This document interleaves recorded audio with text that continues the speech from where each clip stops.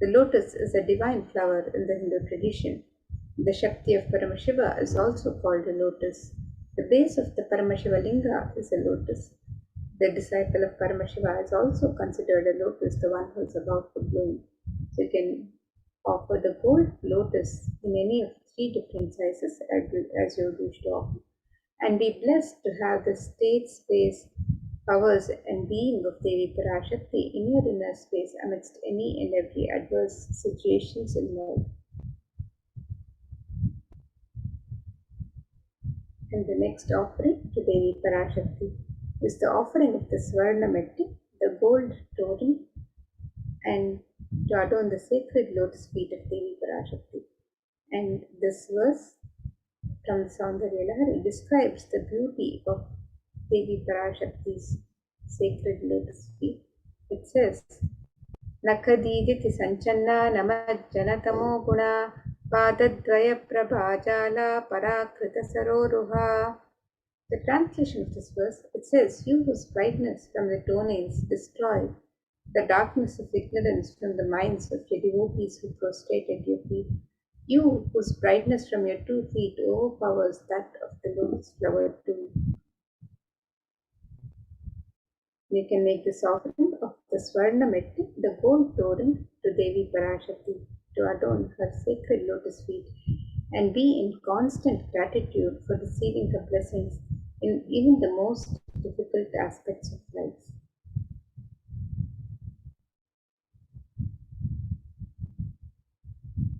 And the next offering to Devi Parashakti is the offering of the Swarna Mantika, the gold hairline jewelry. And Devi is described as Sudha Sharabhi Varshini, she who makes the nectar flow in all our nerves from the Sahasrara Chakra, that is, she who gives the very present experience of the ultimate. And the Swami represents the nectar overflowing from the Sahasrara Chakra, which is fully opened with the sacred sentiment of gratitude. So you can make this offering of the Swarna Mantika, the gold hairline jewelry, to Devi Parashakti and receive the blessings of achieving the blissful state of overflowing gratitude and the space of complete completion. And you can make this offering on the website www.kailasamailer.com/sevas.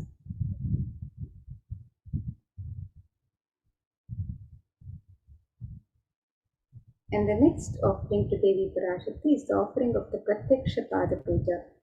And this is the offering of the traditional offering of the ritualistic gratitude from disciple to Guru, and it is one of the most sacred, most celebrated offerings to Guru.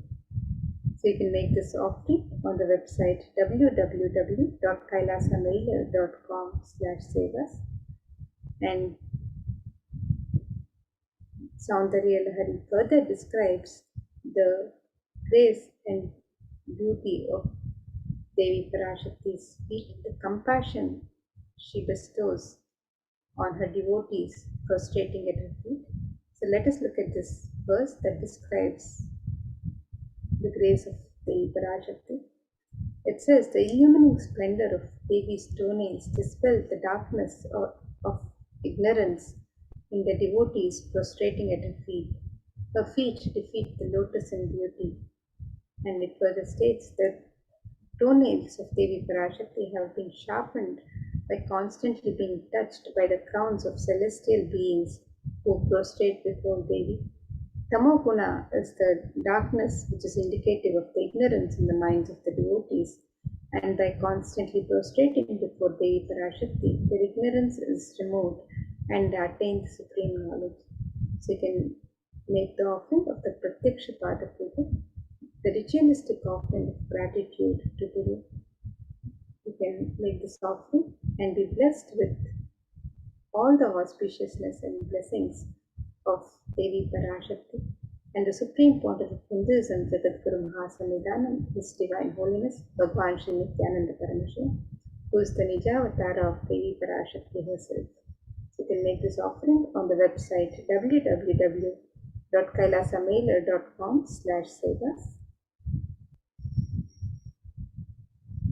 And the next offering to Devi Parashakti is the offering of the Vastra Seva, the sacred cloth offering to Devi Parashakti. And this offering is a token of gratitude for the grace and blessings, the protection of the divine during all aspects of our life. And you can make this offering on the website www.com/sevas and be blessed with all the auspiciousness and blessings of Devi Parashakti and the Supreme Pontiff of Hinduism, Jagadguru Mahasannidhanam, His Divine Holiness, Bhagavan Sri Nithyananda Paramashivam.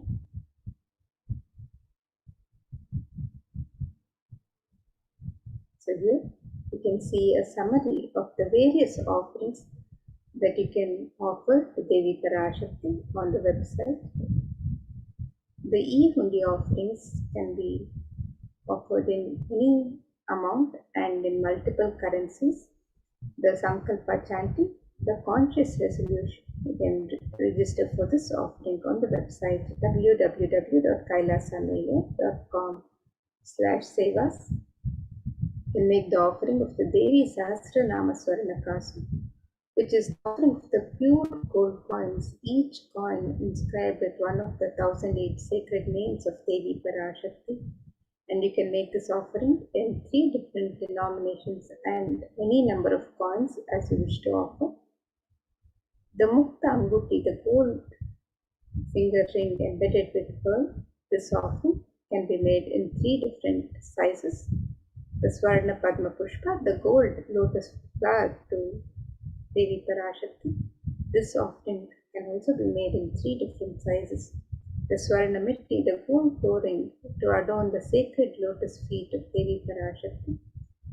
This offering can also be made on the website www.kailasamailer.com/sevas.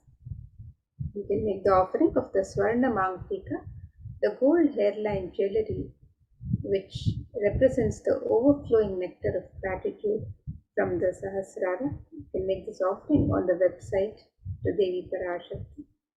And the Pratyaksha Pada Puja, which is the traditional offering of gratitude from disciple to Guru, you can register for this seva on the website. And the Vastra Seva, which is the offering of the sacred cloths to Devi Parashakti, you can also register for this traditional seva on the website www.kailasamailer.com/sevas. And with that, now let us take a look at the website where we can make all of these offerings.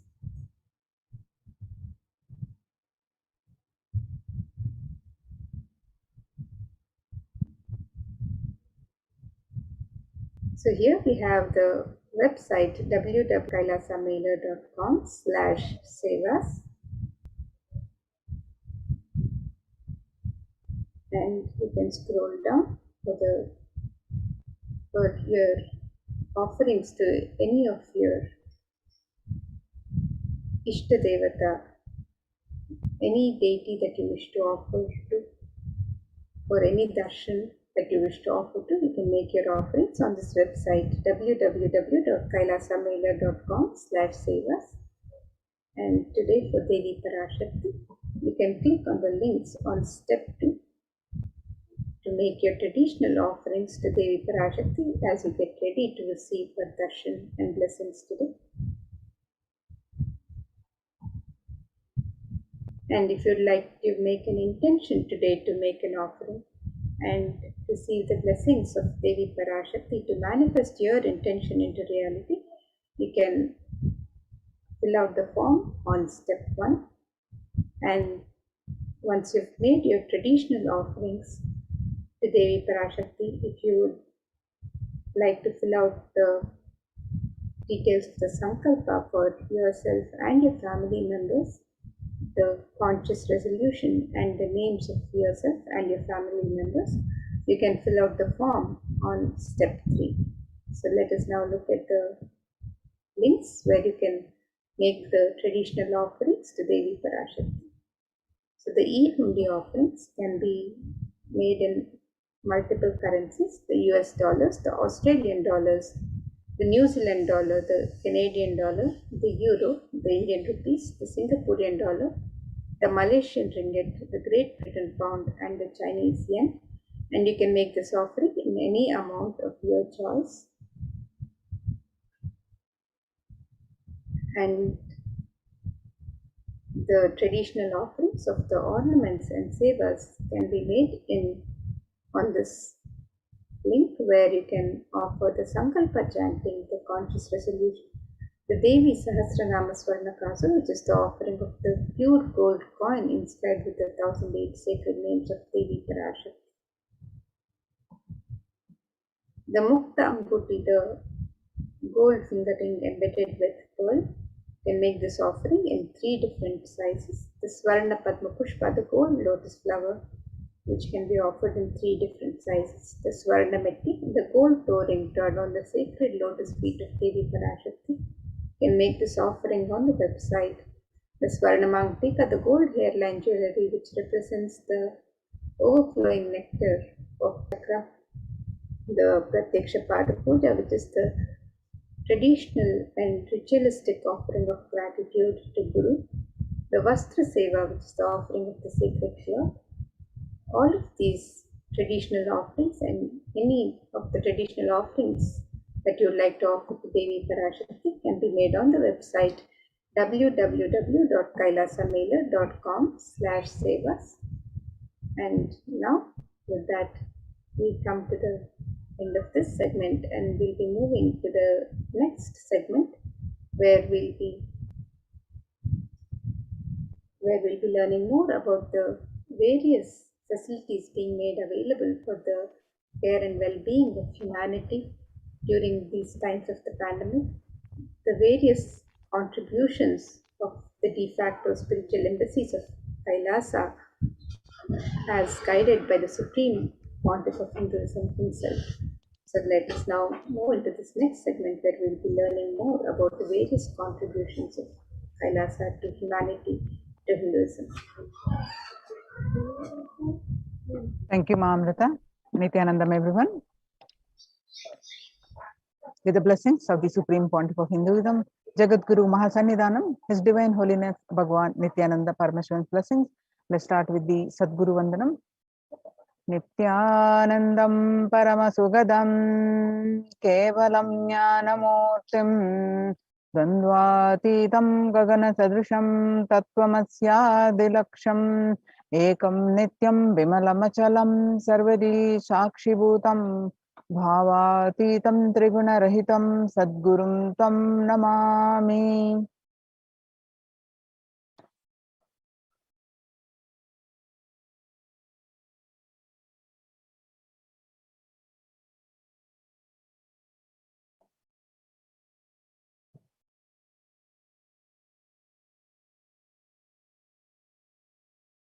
So we're going to learn about a multi-layer quarantine COVID care protection center at the Kailasa's de facto spiritual embassies.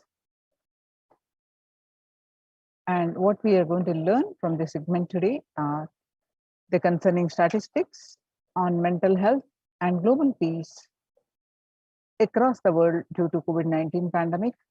What are the Supreme Pontiff of Hinduism, Kailasa's contributions for global peace, and Supreme Pontiff of Hinduism spiritual solutions for COVID-19, Kailasa's COVID care protection centers, why temple-based ecosystems, UN recognizes Kailasa's contributions.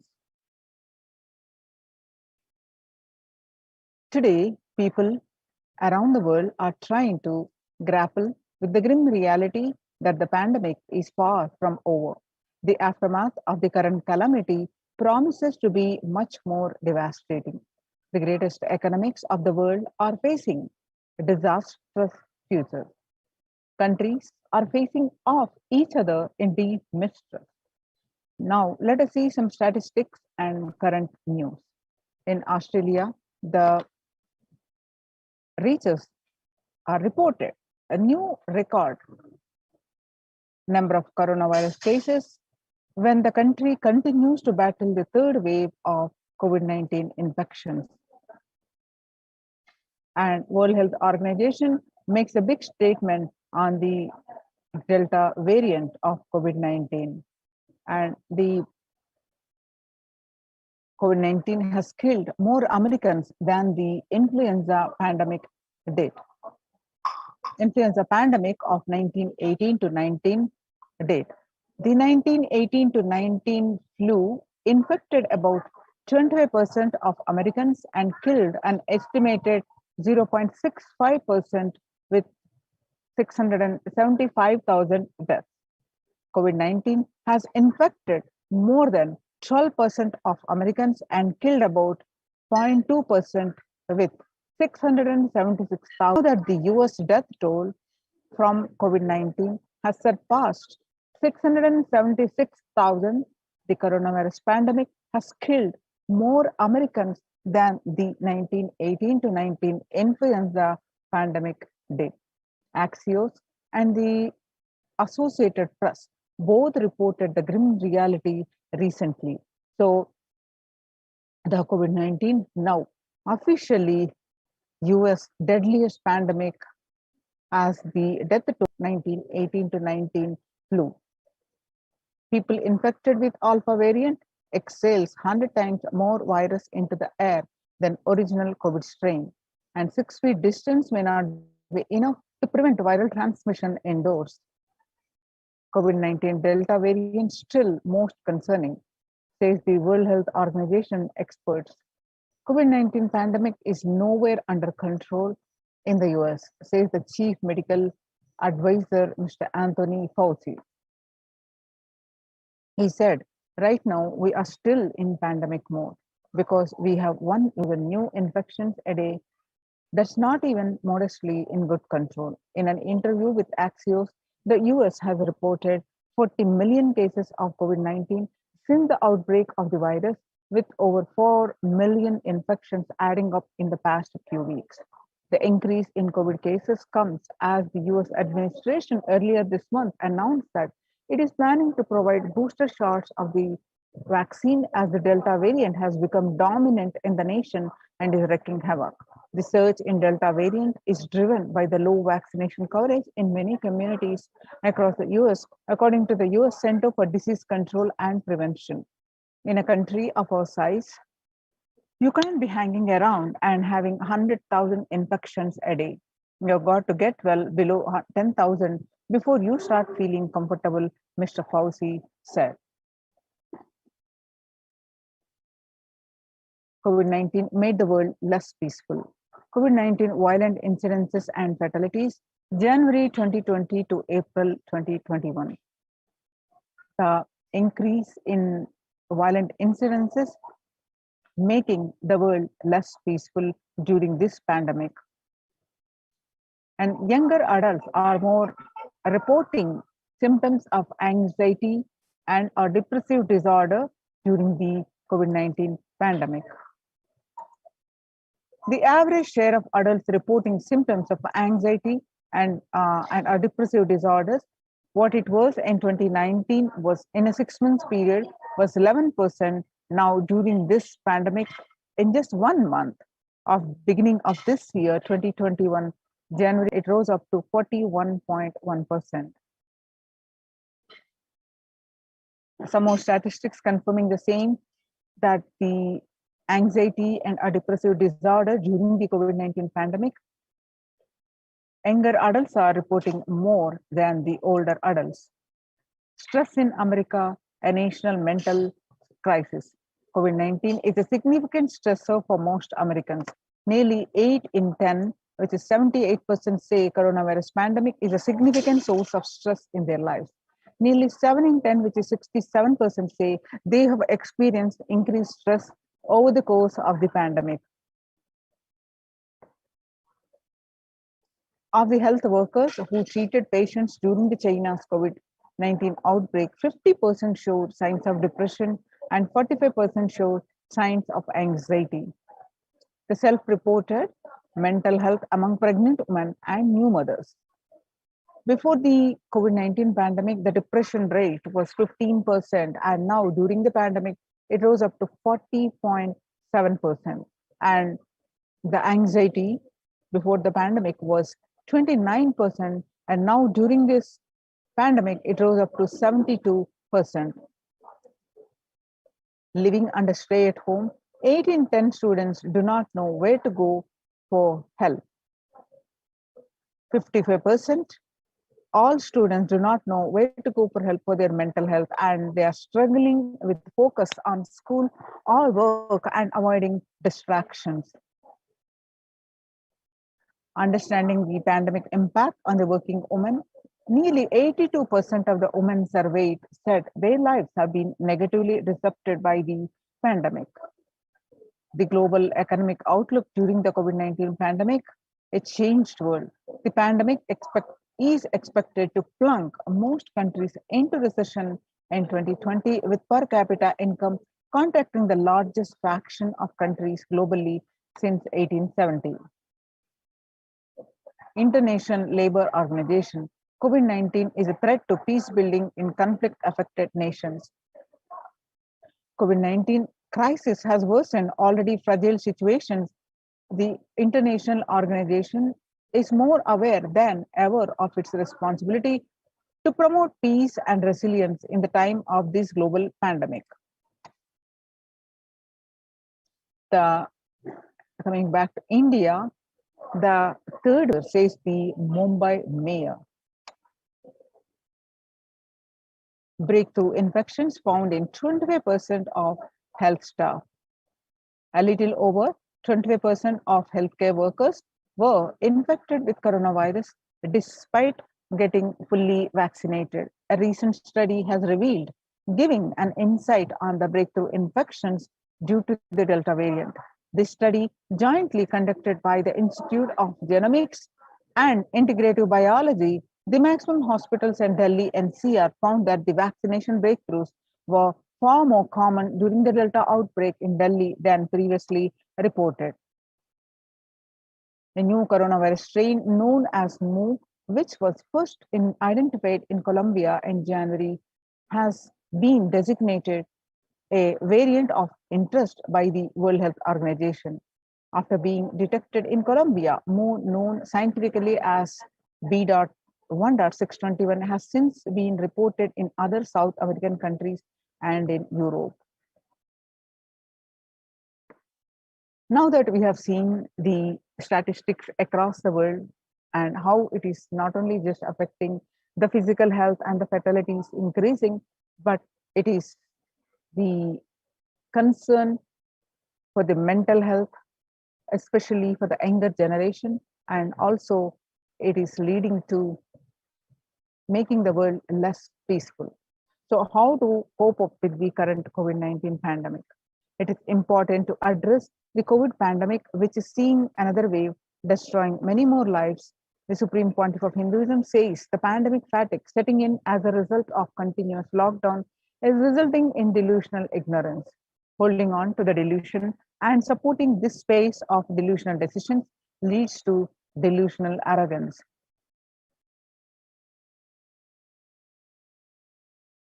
The global COVID virus pandemic has left the whole world desperately looking for answers. Life as it had been experienced even back in February 2020 is no longer recognizable. Drastic change is the order of the day, with people having to redefine their world with new paradigms of economy, society, faith, religion, and health. Blessed are those who have had the greatest fortune to be with the incarnation of Paramashiva, the Supreme Pontiff of Hinduism, in their life to carry them through this crisis.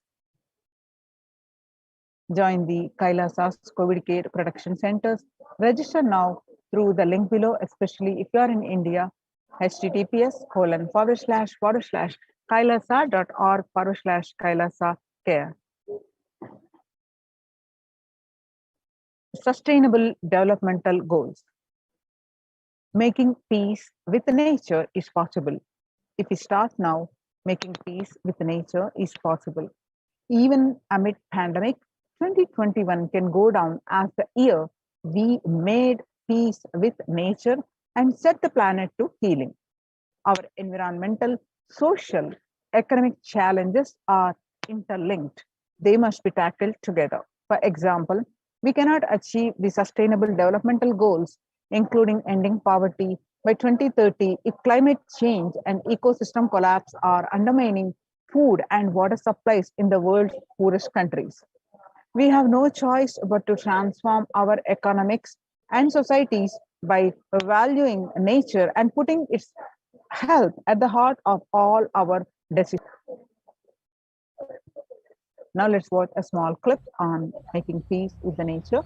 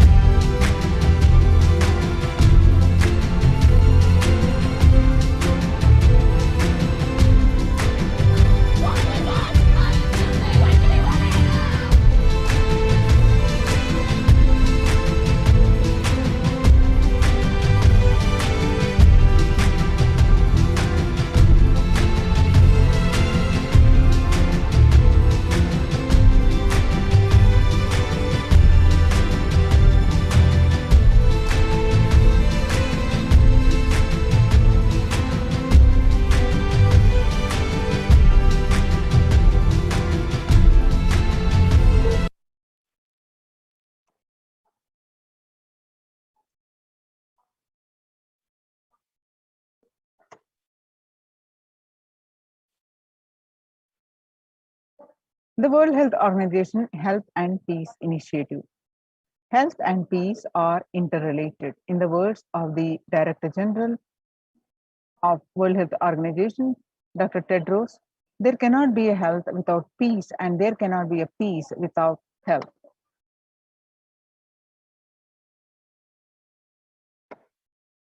United States Institute of Amid COVID, we need enhanced international coordination to build peace.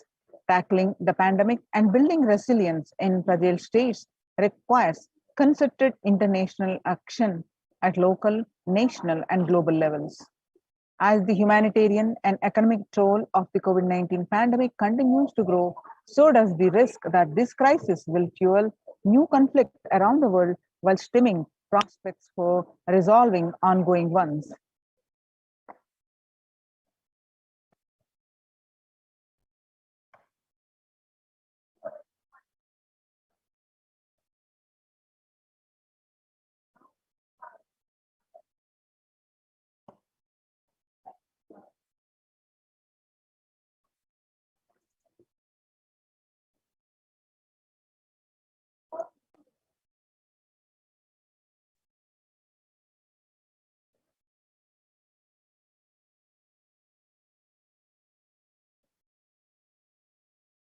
Stronger health systems and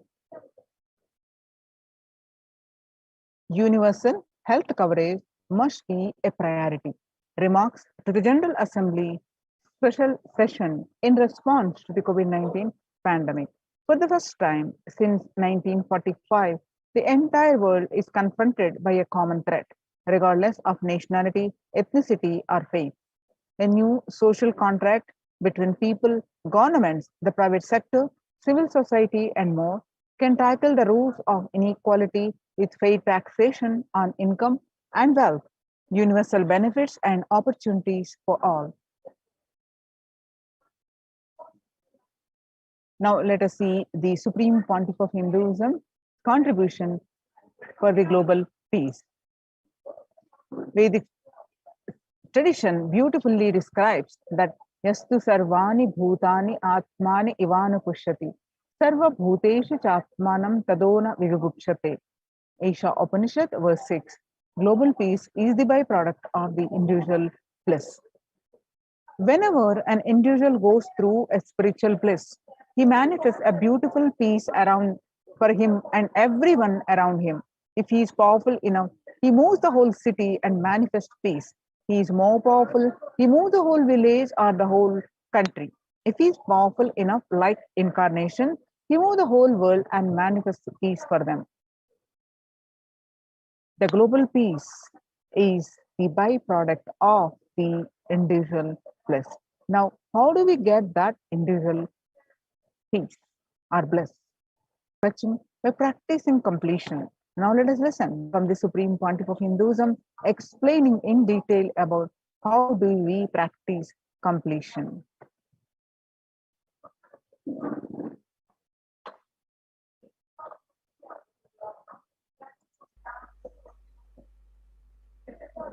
Today I wanted to expand on the science of completion. How the science of completion can directly impact the consciousness you are carrying and the consciousness embodied in many bodies. Please understand, the more deeper you go inside you, means more deeper space you go inside you, more expanded you become, more one with everything, more oneness you experience. Because the more deeper you go, the more you experience the unified field of consciousness. Various words are used.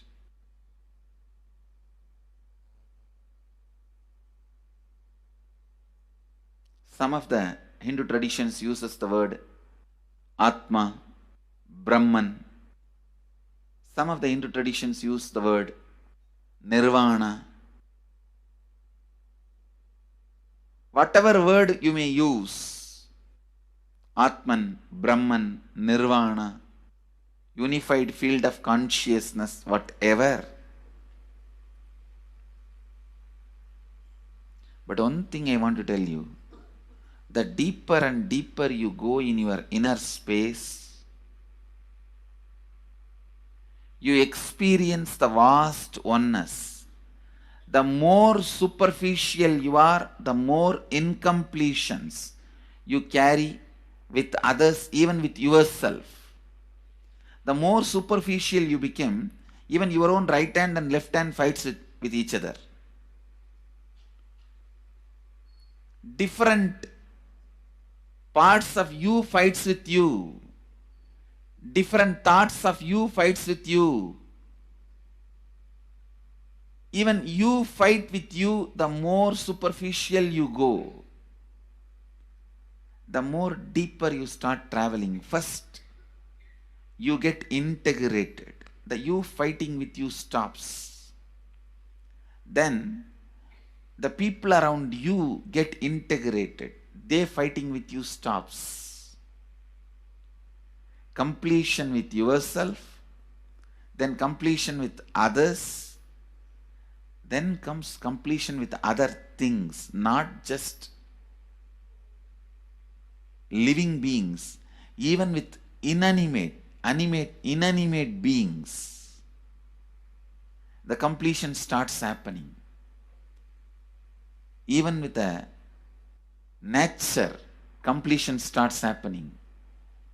Please understand, the more deeper you travel, the more deeper you go, the more deeper you settle down, the more deeper you start living. Your cognition expands. Your cognition includes. Your cognition becomes more and more inclusive. More joy, more bliss, more knowledge, more enlightenment. Please understand.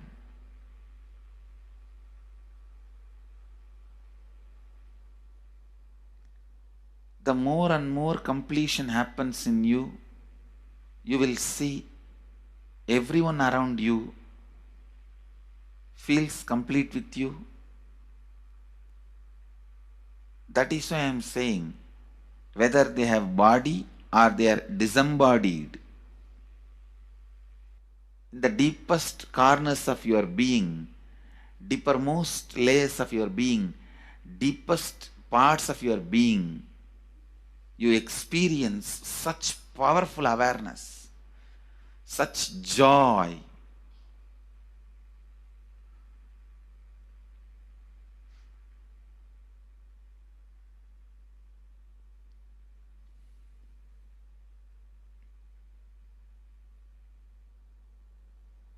Going into the deepermost corners of your being not only is a joy, it's a power.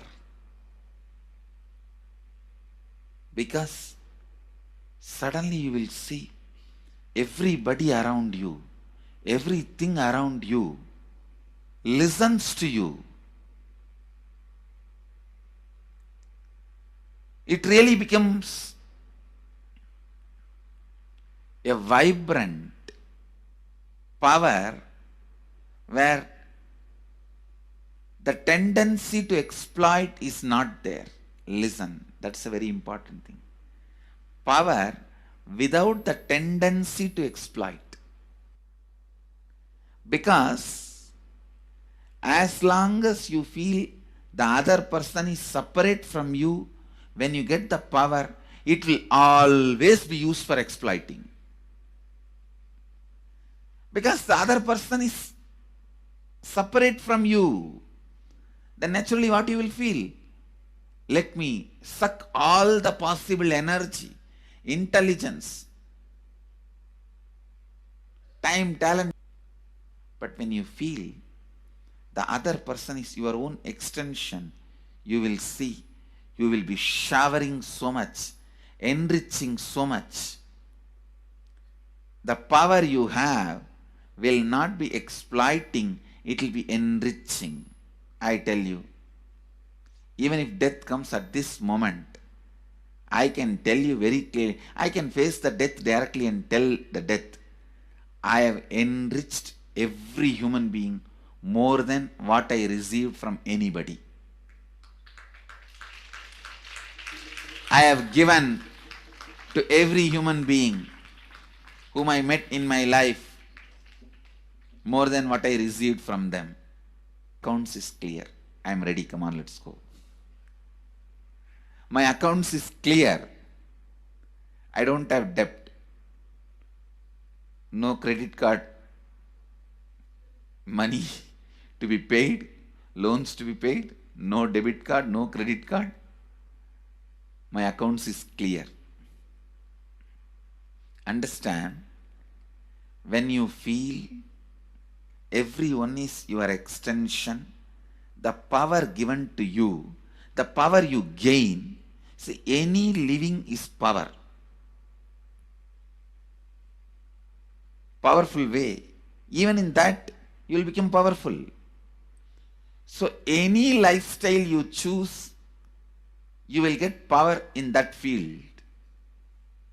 Whether it is exploiting or enriching, murdering or raping or go on serving. Whatever lifestyle you choose, living is power.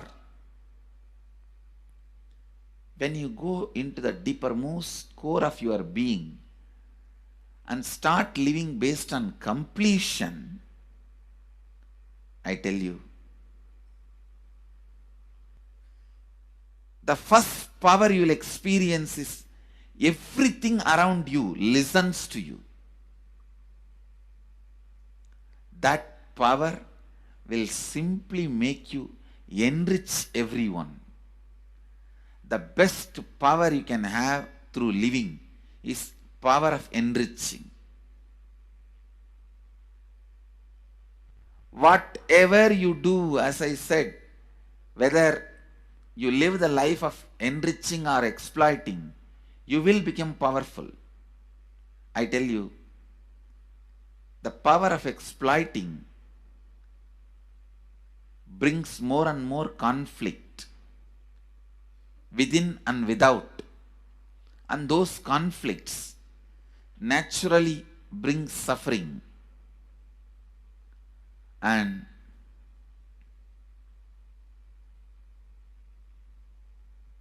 the power of enriching brings more and more completion in you and in others. This full month, Nithyananda Sangha all over the world. The other day I was seeing, we have officially presence in more than 50 countries. As devotees, group of devotees, we have presence in 100 countries. All over the world, we are going to celebrate this whole month for Global Peace Month, impacting global peace. All of us this whole month will live completion and do samskara dahana kriya, means burning the patterns which separates us from others, burning the patterns which are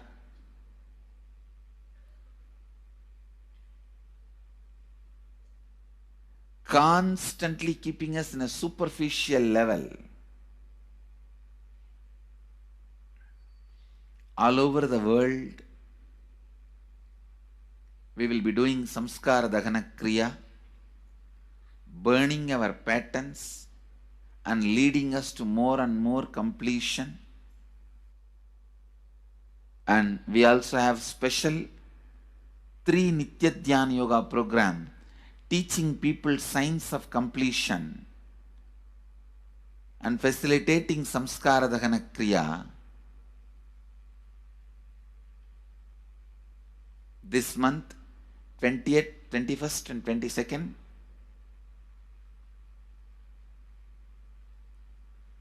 this whole month, all over the world, all our temples, ashrams, centers, yoga centers, schools, colleges, universities should do samskara dahana kriya, should do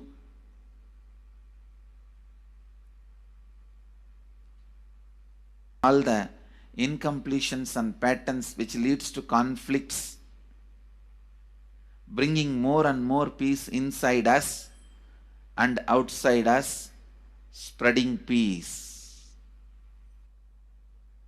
This whole month, let's impact global peace. Let us really contribute to the global peace, not just talking about it. Let's do it. Let's do it. Not just talking about it. Let's do it.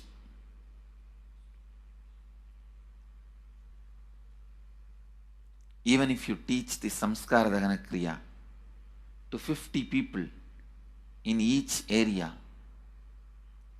each place where we have centers, ashrams, temples, two-way centers, yoga centers, even 50 people, each Tanidar teaches, enriches them with this science. The amount of suffering and negative waves, negative vibes reduction can contribute so much to the world. Please understand.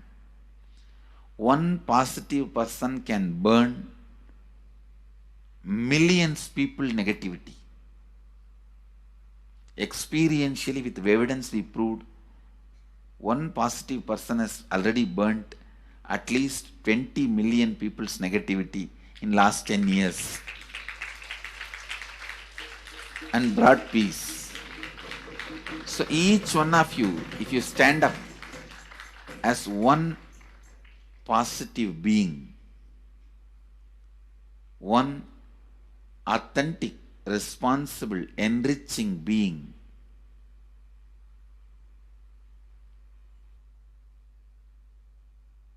I tell you,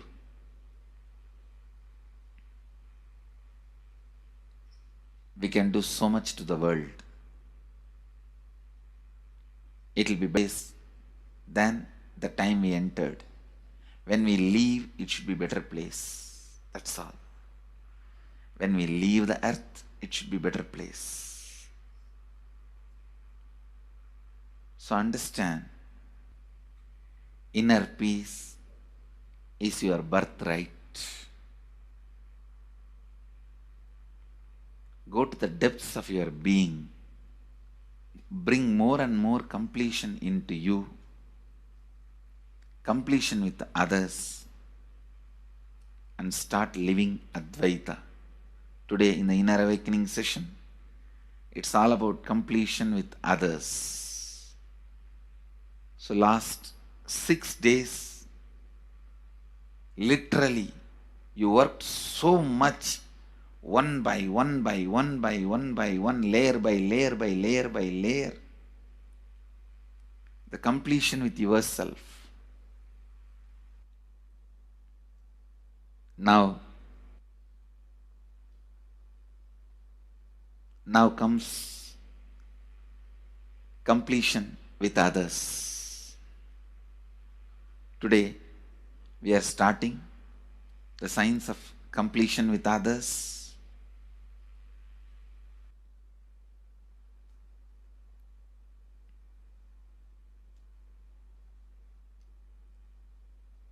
It's one of the most powerful signs.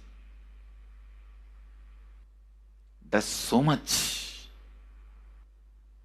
to human beings, not just healing their relationships, even inside their consciousness, this inner space, so much of good is done. So much of awakening is done.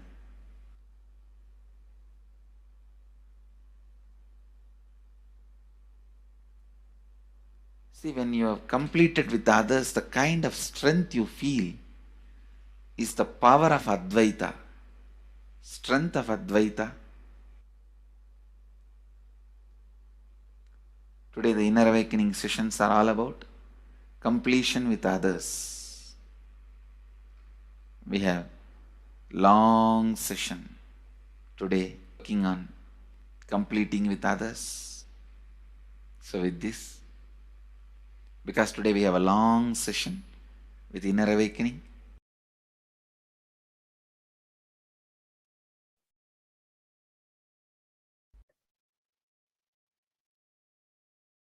Now, let us listen from the Supreme Pontiff of Hinduism that self-transformation is the secret to achieve the global peace. Social answer means I'll tell, oh, you should all work for global peace. You should all work for turning the world. You should work for revolution. You should vote only the party which says that it will stop the war and all these things. This is the social answer. Nonsense. If you want the honest answer, I tell you, simply transform yourself. You can't do anything. If at all you can do, you would have done it. Be honest. If you can do, you would have done it. You are raising this question because, am I right? So let us be very clear. Let us be honest. We are not able to do socially. That's the truth.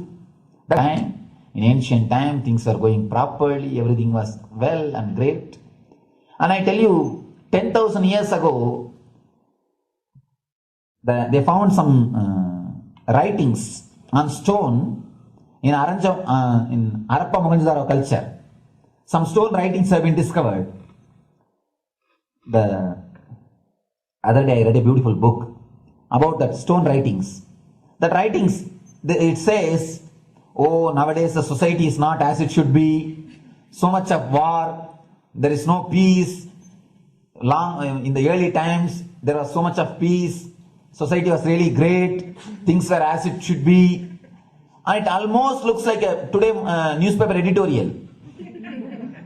10,000 years ago, the same thing carved on a stone. Then understand, there was no such time as only good prevailed. It is just a fantasy. Hinduism, they call it Satya Yuga, the age of truth. There was a time only truth prevailed. And every religion, Christianity, they say the Garden of Adam and Eve. There was a time everything was wonderful. Every religion has got the fantasy. The past was great. There was golden past. Always the idea of golden past exists only in the past. The more you go back, again you say the past was great. And I tell you one thing, it is a wonderful way of postponing the accepting the reality. Otherwise, I can be sure the world was same as it is today. Whether it is 5,000 years ago or 10,000 years ago. Maybe one thing, there was no CNN channel that time. So the news did not reach you so quickly. That's all. The news did not reach you so quickly. That may be the only difference. But otherwise, I can be sure the good and the bad was equal. Good and the bad was equal. The same amount of wars were there. All the other things were there. You read the Puranas, the mythological stories of India, you see enough of things. Enough of dirty things. I think sometimes I find a little more. And if you read completely the Puranas or the Hindu scriptures, there are a lot of things much worse than modern day. The criminal activities or bad things or negative things, whatever you say, this stuff. And never think only present day is corrupted or violent. In the ancient days also, all these things were there. Only one thing was not there, the CNN news or the internet. So the news did not reach you. But otherwise I can tell you, enough the good and bad was there. It always will exist. It will exist. All you can do is, if you awaken yourself, if you reach the enlightenment state, you can go beyond it. And I tell you, enlightenment is the only service you can do to the society. Just become enlightened so that you will reduce the negativity. Now, as of now, you are also the part of negative group. Naturally, we will be a negative group. As long as we are unenlightened, we will be the part of collective negative consciousness. So if you become enlightened, at least you will reduce your weight. That's the only thing we can do. Nothing else can be done. So all I request you to do is just become enlightened. Realize that you are a lion. That's the only way to help yourself and the society. Otherwise, all revolutions, you see, all revolution again end up as one more tradition. In last 2000 years, 3000 wars have happened in the humanity. In 2000 years, 3000 wars. Human beings have not done anything except doing wars, except fighting. Everybody claims he wants to do revolution. He wants to spread peace. You see, every country claims their army is a defensive army. Then who is offending? Tell me. Every country says defensive army. Then who is offending? These are all just, games. The idea of peace is a pure game. Everybody wants to spread the peace according to them, not according to the other person. They want peace according to them. The other day I was in one interreligious gathering. One guy is preaching, let all of you convert to my religion so that we will not have fight. He wants peace the way in which he wanted, not the way in which. And there is a beautiful saying, the sword of Muhammad, it is written, peace alone should survive, something like that. He has written some statement about the peace on the sword. We all take sword to spread the peace. So no revolution is going to help, because in the last 2000 years 3000 revolutions have happened, but still world is same, I think much worse. So no revolution is going to help, only individual evolution is going to help. So be very clear. Instead of working in the outer world, start working in the inner world. That will help you and society some way. Social answer means I'll tell, oh, you should all.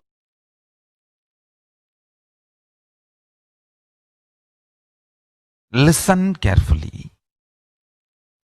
The space of Shanti, the space of Shanti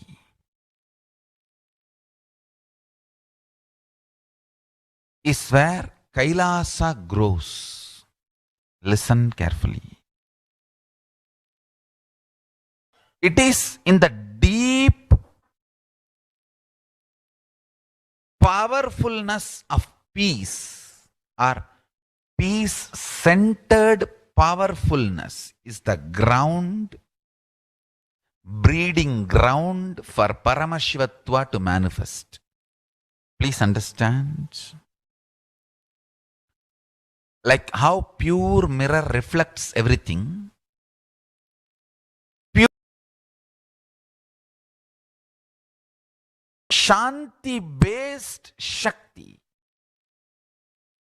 centered powerfulness, centered peace. All the Upanishads starts with peace, completes with peace. Shanti mantra starts with Shanti mantra, gets completed with Shanti mantra.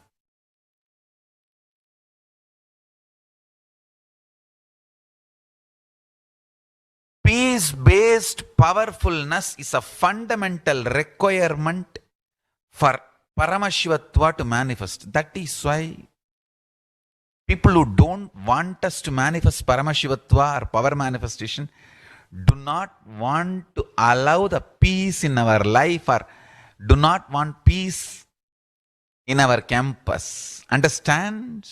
But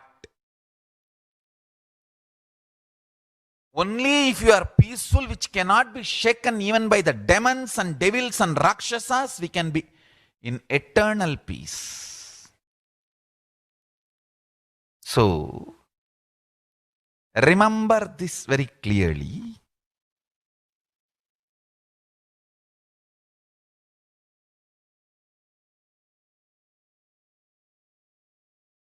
Peace alters the very DNA structure, genetic structure, the core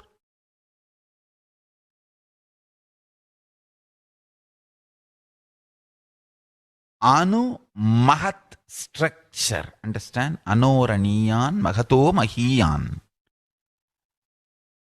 The consciousness in you is atom, means more than Mahat.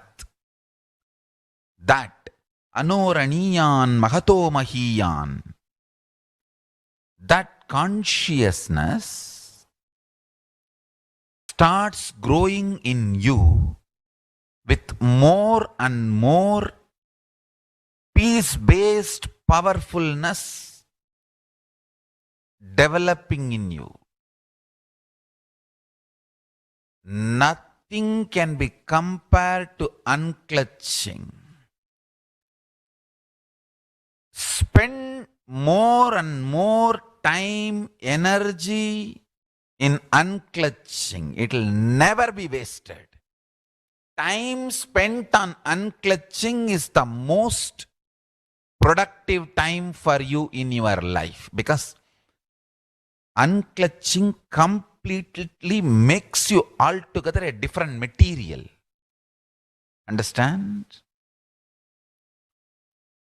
It makes your very biomemory, muscle memory, core structure, molecular structure, genetic structure, DNA structure, everything, all the 8 energy flow circuits, 7 energy flows, 1 the pure conscious explosion. So totally 8 energy flow circuits exist in you.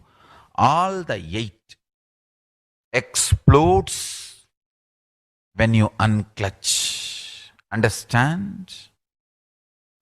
unclutching is the space of Sri Kailasa.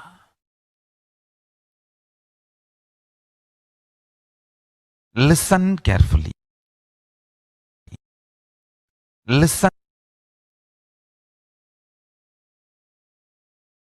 Every chanting, every prayer in Hinduism ends with Shanti, Shanti, Shanti 3 times. Means peace, peace, peace. Hinduism is the real religion. Loving peace, living peace. Individual level, social level, global level. Understand? Hinduism lost all its 56 nations, 200 states, 10,000 kingdoms, samsthanas, is not a loss to Hinduism, it is a loss to planet Earth, human beings. Wherever Hinduism is practiced, kept alive, the ideal of global peace is kept alive. Just do this one simple statistics. You yourself study. Google and study. Take the top 10 religions and list how many people they converted in last 200 years. How many people they killed. List for each religion. I can be 200% sure. You yourself will realize Hinduism is the most peace-loving and neither conversion nor terrorism. Neither conversion nor terrorism.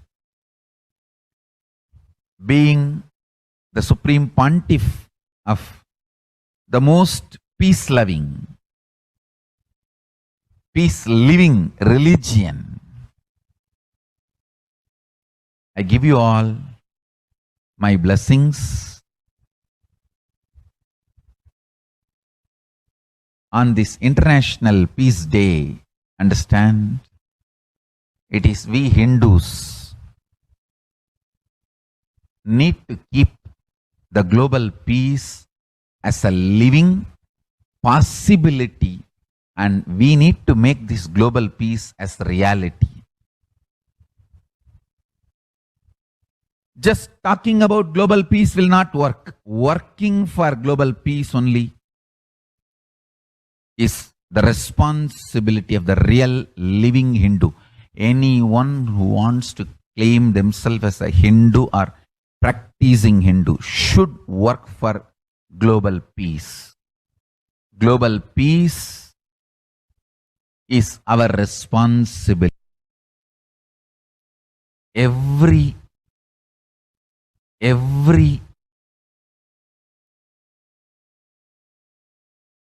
Hindus have the responsibility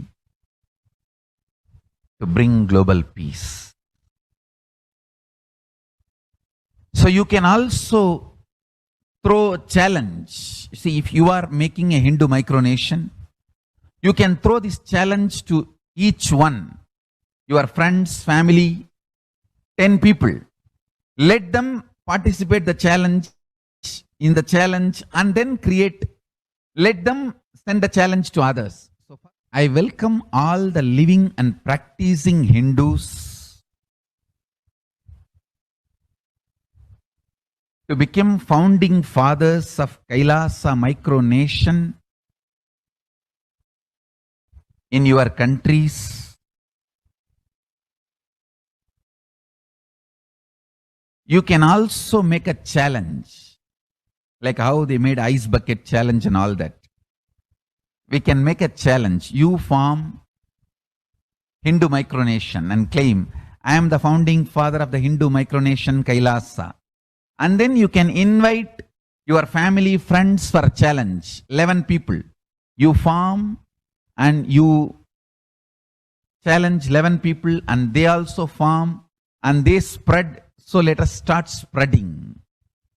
This project is my message on this International Day of Peace. Let us start working for global peace instead of just talking. What the work we do will talk for us, the talk we do will not work for us. This is the message. The work we do will talk for us, the talk we do will not work for us. Global peace is the responsibility of Hindus.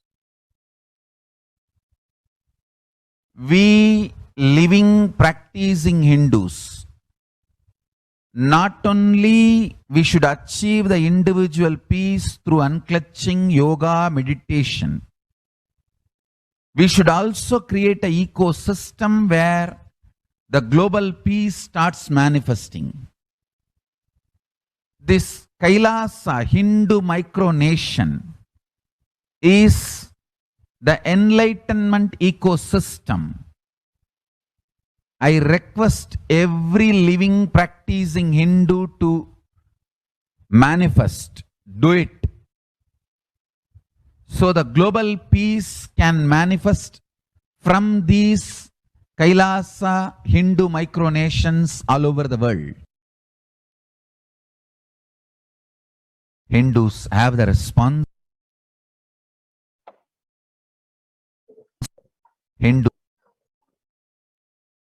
Now let us see the Supreme Pontiff of Hinduism contribution for a super consciousness breakthrough and the global peace. The sovereign order of Kailasa, led by the Supreme Pontiff of Hinduism and Nithyananda order of monks and nuns and Hindu diaspora, are working for global peace and to give a super consciousness breakthrough to humanity. It is the Supreme Pontiff of Hinduism's mission to revive a conscious world where the global issues at the climate, economic, social, health, and humanitarian levels cease to exist from their very root, turning the problems of poverty, hunger, violence, discrimination into powerful living through the experience of oneness. The Supreme Pontiff of Hinduism has been working from the very grassroots level to usher in an era of peace at all levels, individual, societal, national, and global. His deep insights into the workings of the human mind, body, emotions have enabled him to powerfully and directly address various social and emotional problems facing humanity today. Some of the ways that the Supreme Pontiff of Hinduism provides spiritual solutions to combat the pandemic and other issues. Since the beginning of the global lockdown, the amount of contribution and activism of Kailasa has increased multifold through the Paramashivoham program, bringing super consciousness breakthrough to the whole humanity by starting the Akhanda Nirvikalpa Samadhi Jnana Yajna and contributing almost 3 million minutes now. Paramashiva Sankalpa chanting, the sacred Sanskrit mantra chanting to heal 24/7 via Zoom sessions. Spiritual healing to one and all 24/7. Helping humanity to cope up with insecurity, fear, disease by empowering individuals to heal themselves, learn to cope up emotions like depression and tough situations in relationships, providing alternative solutions to worldly problems through power manifestation, initiating thousands every day into manifesting innate superhuman capabilities in the Kailas courtyard sessions. From healthy solutions like a technique to clear stomach and Ayurvedic solutions, which ultimately brings clarity out to the spiritual truths and give a conscious breakthrough. In the long term, establishing self-sufficient communities, continuing and intensifying the service of Annadan, the free food in Nithyananda Annalayas around the world, including Tiruvannamalai and Los Angeles, paving way with the New World Order, starting the agriculture-based communities in Adi Kailas and several other locations. Peacekeepers of Kailasa offering various life solutions from the teachings of the Supreme Pontiff of Hinduism. Hinduism prescribes various methods for global healing. One such is Maheshwara Puja, nullifying collective negativity simply through the presence of the avatar and his order of monks. offering Maheshwara Puja to the natural calamities hit victims, Bhava Samadhi Darshan to raise the individual consciousness breakthrough, Devi Parashakti, Akashic readings, the cosmic revelations. Now, what are the Supreme Pontiff of Hinduism spiritual solutions for COVID-19? Society was created with the delusional ideas of too many human beings, blind spots, and delusions are made from those blind spots. If the visionary of a civilization or country or nation has a blind spot, when he develops a vision for it, the whole civilization suffers those blind spots forever. Now it's a time nature, Prakriti resets itself, and many of the blind spot based visions, ideas become important components of the society. This pralaya which is happening is melting down everything which is delusion based. The world as we know is gone. Let us celebrate God. This isolation, which is seemingly endless with an unknown future, which is compelling humanity to make 100% lifestyle change is something to be deeply dwelt upon. All problems need to be addressed only with the spiritual solutions and powerful cognitions. To stop people having mental breakdown, pandemic fatigue, collapsing, depression, destruction, and also give them super consciousness a breakthrough and revive the enlightened civilization. The Supreme Pontiff of Hinduism continuously gives spiritual solutions and powerful cognitions. Some of the spiritual solutions and powerful cognitions are unclutching, practicing completion, practicing oneness, practicing ajapa japa of Mahavakya, Om Nithyananda Paramashivoham, consciously building deep feeling connection, yoga, puja, vegetarian diet, and nirahara samyama. It is time that we all take responsibility to save humanity, to protect people from this pandemic fatigue and destruction. Let us try to enrich people for every one of these great spiritual solutions. It is all the solutions are free and open for all. Let us now take few minutes now and share with as many people as possible, and let us save the world. And let us give them the experience of unclutching. That is Nirvikalpa Samadhi, Jnana Yajna, which save people from pandemic fatigue, epidemic fatigue, destruction, and delusion. Help people to have super consciousness breakthrough and sail through this pralaya. People from over 50 countries, country base of Paramashiva, were practicing the unclutching meditation 24/7 a day, 7 days a week, started from 13th May Indian Standard Time. At any given time, there are 4 to 8 zones actively unclutching around the world. Join this moment at http://kailasa.tv/minutes for peace. The life solutions based on the ancient Hindu tradition, the meditation, yoga techniques from the scriptures, the cognitions rooted in the highest truth, the lifestyle based on living and radiating the higher values of life and powerful way of living and realizing one's ultimate potential form the foundation of the Supreme Pontiff of Hinduism's teachings, which by their inherent nature provide the foundation for peace on planet Earth. The Supreme Pontiff of Hinduism launched the Minutes for Peace initiative, which aimed to reduce crime globally by collecting the mass meditations around the world in parallel. In 2014, just after 2 years of launching the program, it crossed over 1 billion minutes of meditation. Scientific studies have shown a reduced crime rate after in the meditation and completion techniques. In 1976, it was found that when 1% of the community practiced meditation, puja, the crime rate was reduced by 16% on an average. The current tally on the Minutes for Peace website is more than 4.3 billion cumulative minutes of meditation logged, including all the events, programs, and festivals where people have gathered in large numbers and participated in meditations and rituals.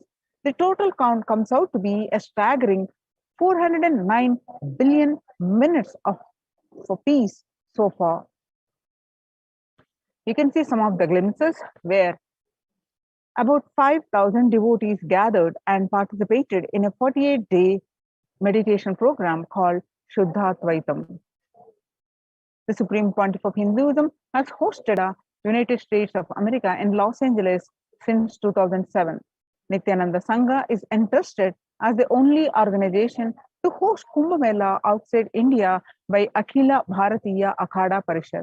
In September 2006, the Supreme Pontiff of Hinduism has organized the first confluence for world peace to honor the memory of those who lost their lives saving others on September 11, 2001 at Irvine, California, United States. The second confluence for peace was held in Los Angeles in 2007 in collaboration with Vedanta Society, BAPS, ISKCON, Siddha Yoga, and other organizations. The Kumbh Mela festival spread fast to other countries, including Australia, Canada, etc. In 2009, the Supreme Pontiff of Hinduism has organized a month-long peace walk covering 1,000 kilometers and 1,000 villages to bring together in harmony from all walks of life to promote healing connection and oneness among people. During the walk, health camps were conducted in villages along its path. Supreme Pontiff of Hinduism has conducted large-scale collective meditations on September 21st International Peace Day to raise the collective consciousness.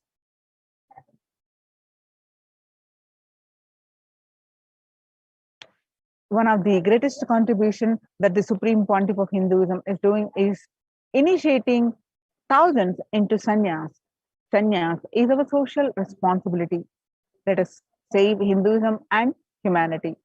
The Supreme Pontiff of Hinduism has revitalized the monastic tradition of sannyas by initiating hundreds of people into the Nithyananda monastic order.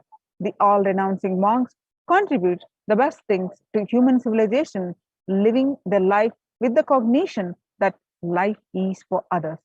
These monks and nuns act as the harbingers of peace and empowerment for the human society distraught with violence of life negativity.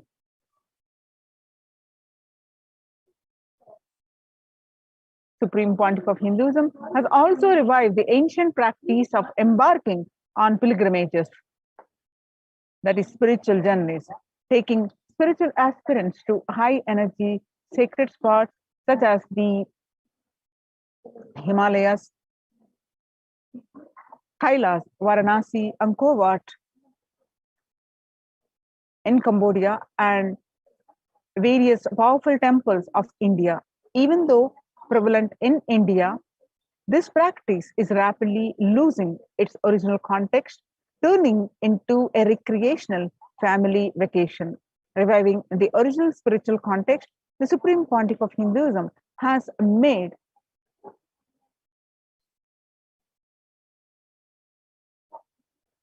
turning into the recreational family vacation.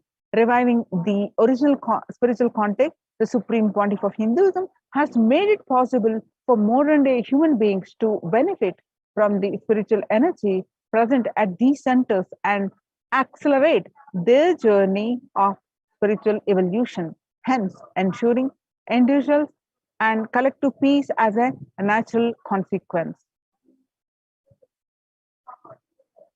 Food systems hold key to ending world hunger. Effect of the COVID-19 pandemic, the United Nations has noted a dramatic increase in world hunger.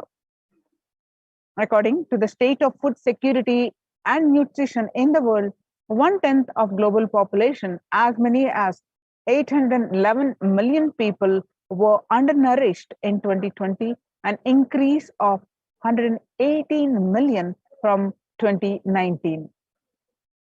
According to the Eat Lancet Commission, moving toward diets with a diversity of plant-based foods, low amounts of animal source foods, unsaturated rather than saturated fats, and limited amounts of refined grains, highly processed foods, and added sugars could prevent between 19 to 24% of all adult deaths each year. Under the Red Om project, that is No Hunger project, through the Annalayas, that is food donation centers, at the de facto spiritual embassies of Kailasa worldwide, under the guidance of the Supreme Pontiff of Hinduism, have served over 5 billion organic, sattvic, vegetarian meals so far. Giving free food to all the citizens is the economic policy of Kailasa, deriving the reference from the Vedas and Agamas. Recently, under the humanitarian initiative launched by the Supreme Pontiff of Hinduism, is opening of Kailasa's COVID care centers in India, where the monastery campuses have been turned into a multi-layer quarantine facility to safeguard the inmates against any possible point of contact with the outer world. Supreme Pontiff of Hinduism has opened this service free to all people, regardless of any differences in age, gender, caste, creed, ethnicity, color, or socio-economic status. Food, shelter, internet, and all basic facilities, including medical care, are provided at these COVID care centers, free of cost and for an indefinite time. The outcome has been a splendid zero infection rate so far among the participants, a feat not achieved anywhere else in the world, let alone in India. This response model of handling the COVID-19 pandemic at a community level, along with guidelines and recommendations for government, has been recognized and accepted by the United Nations as well. You can see some of the glimpses where the participants of COVID care program offered by the Supreme Pontiff of Hinduism are enjoying a healthy, blissful, spiritual lifestyle in multi-layered program. They enjoy the stress-free time following a spiritual morning routine, doing yoga, doing puja, temple sevas, kara sevas, and celebrating festivals. And not only they enjoy joy, peace, bliss, and conscious breakthrough. Join the Kailasa's COVID Care Protection Centers, especially if you are in India. Register now through the link below with https://kailasa.org/Kailasa care. Now let us see the revival of temple sciences and ecosystems. All these COVID care centers and all the various programs are offered at the Kailasa's de facto spiritual embassies, which are now converted into COVID care centers, and they are basically temple-based ecosystem. The Supreme Pontiff of Hinduism has been reviving the temple-based ecosystem. Let's understand the science behind these temple-based ecosystems, especially now in the times when the COVID-19 is rampant and the ancient temples are at risk of widespread corona disease. The devotees of these temples were visiting and having darshan of their gods and goddesses for thousands of years. Yet all these ancient sacred sentiments have come to a harming halt after the lockdowns have taken place. The religious fervor of the devotees is being lost due to the pandemic. The Supreme Pontiff of Hinduism is revisiting the e-Kailasa ecosystem and bringing all the ancient traditions of the online platforms on Kailasa TV, YouTube, and Facebook. Now let's listen from the Supreme Pontiff of Hinduism that he explains about the science of temples.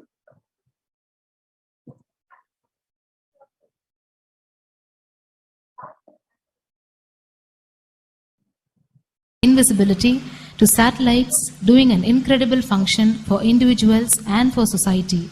My question is, there is and was everywhere temples and deities in this culture. Anybody coming from outside just wonder, is this just sentimental carved stones worshipping culture or just artistic sculpture? What is the invisible function of temples, deities? See, both questions, same answer. That is the reason I wanted to answer both the questions together. Modern day dish TVs, antennas, mobile towers, all of them work in the level of certain frequency where the words, pictures, visuals can be transmitted. See, the verbalization and visualization, names and forms can be transmitted from one place to another place through these mobile towers, dish TV antennas. But the temple towers are created to transmit super consciousness from one place to another place. Please understand. In Meenakshi's time, there was television, conscious television. It used to be in stone slab. And if you just sit in front of that stone TV, meditate, connect with Meenakshi, she will appear live and answer whatever you want. So each of the stone slabs only slowly later on became deities. You can see in our temples this happening. The TVs in which I am appearing and speaking are slowly becoming deities. They are receiving worship. Flowers are offered to it. Aarti is done to it. Incense is given to it. Now, all our temples are planning to have a separate throne for this TV. In Los Angeles, already I am on the throne. The TV is in the throne. The TV, in which people are seeing me, have already become deity. Same way, please understand, the stones through which people are able to connect with the super consciousness have become deities. Same way, all our temples, deities, everything is a connecting mechanism with super consciousness. The mechanism which connects with the super consciousness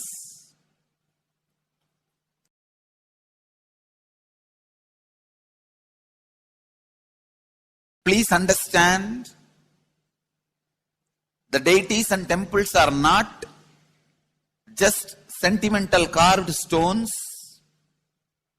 or they are not just artistic sculptures, they are conscious transmitters. They raise you to the super consciousness. In each house in Vedic tradition, we have a puja room. All the puja rooms are your private conscious airport, are conscious transmission centers.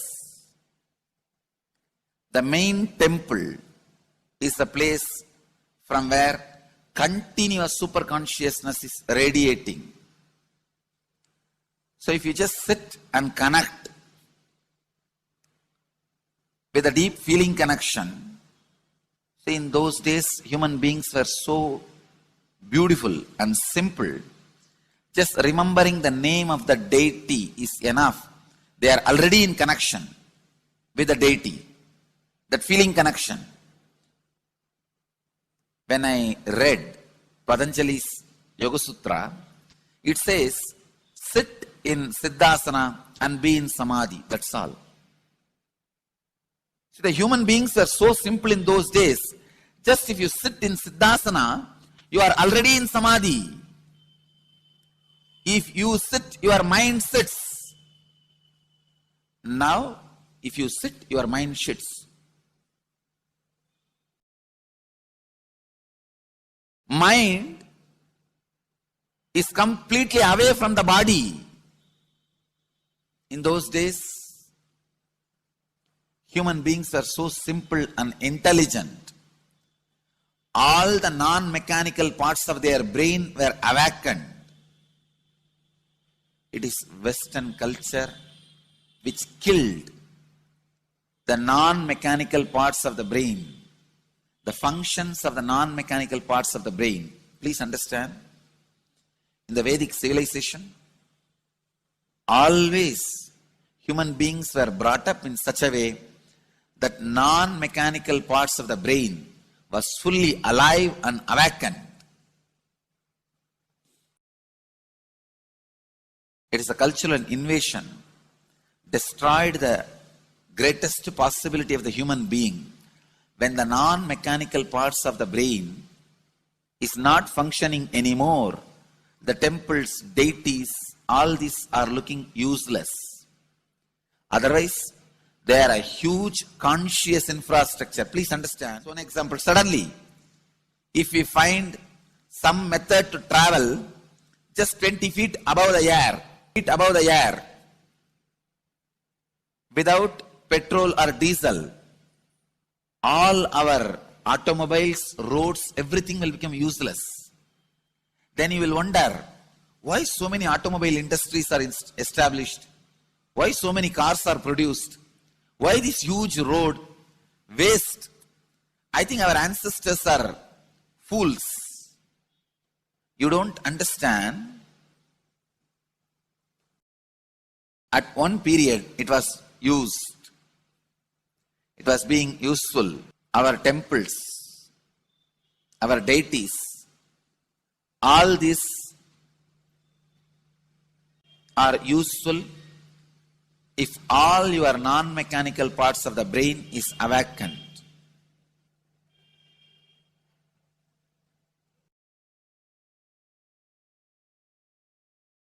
Unclutching is the process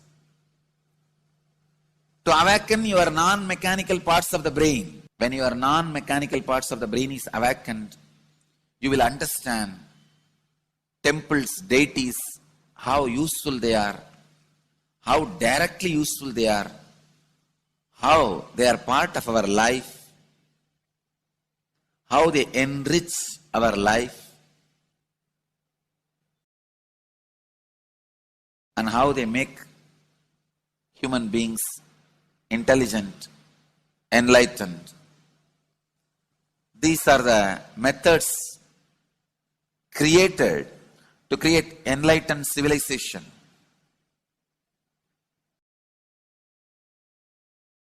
These grand temples are not built as an just monument. They are built as a conscious movement. It is not like Egyptian pyramids, monuments. No.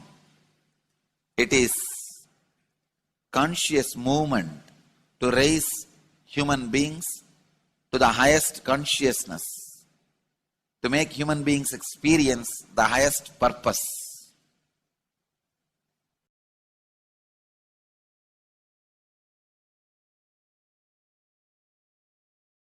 Understand, unclutch, use the temples to achieve the highest consciousness.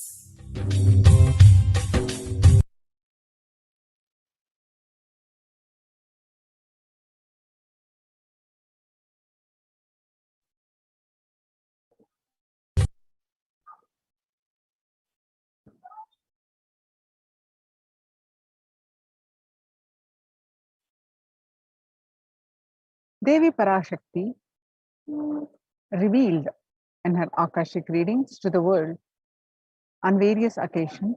On 14th May 2021, Devi revealed that whoever comes to Adi Kailasa and does the good work of saving people from deadly corona, I myself will do all of their life's work. This is the commitment Paramashakti is giving you all. Parameshwari, I will do what I say. And on 19th May 2021, Devi revealed that to save people from Corona, I have set up a huge ship, Vaidya Sarovar and Ananda Lingam. I have made it in Adi Kailasa. Go there and take water every day. Worship Ananda Lingam, water, turmeric, milk, and neem rasam showered on Navapashanam are the medicine for this.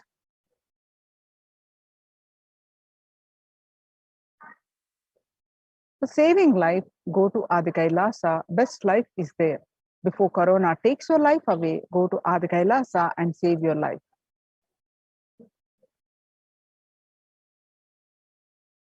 When the first world countries closed their borders during a massive global emergency, Kailasa has opened its doors to all without exception. The various centers opened across India are Adi Kailas in Bidadi, Bangalore, Salem, Tiruvannamalai, Rajapalam, Pattanam, Srirangapadi, Madurai, Avattipalam, Hosur, all from Tamil Nadu, and Sripuram Adinam from Hyderabad, and Baroda Adinam from Gujarat, and Puduvai Adinam from Pondicherry. Kailasa rushes to itself on the verge of COVID-19 third wave. Multiple free COVID care centers opened across India. Various social services offered during the pandemic in Kailasa's de facto spiritual embassies across India. Spiritual services offered during the pandemic in Kailasa's de facto spiritual embassies across India, and cosmic revelations on global pandemic. The various social free services offered during the pandemic in de facto spiritual embassies are medical care, allopathy, Ayurvedic and Siddha medicine, infrastructure to accommodate thousands, accommodation for multi-layered quarantine, emergency ambulances, ICU on wheels, personal protective medical equipment, food security management through food banks and organic farming. So join the Kailasa's COVID Care Protection Centers. Register now through the link below with https://kailasa.org/kailasa care. With this, we are going to move on to the next part of our segment after a very short break. Thank you, Nithyanandam.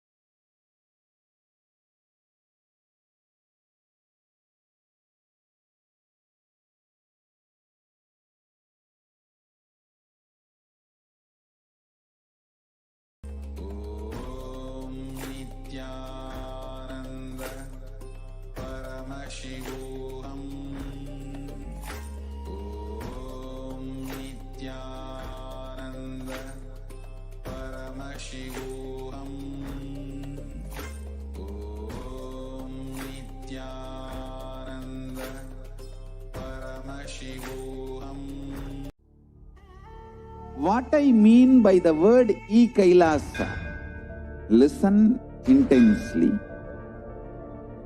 Enlightenment ecosystem, literally enlightenment itself, in your own home, wherever you are.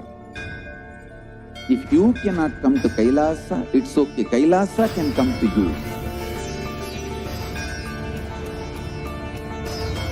Kailasa coming to you is e-Kailasa.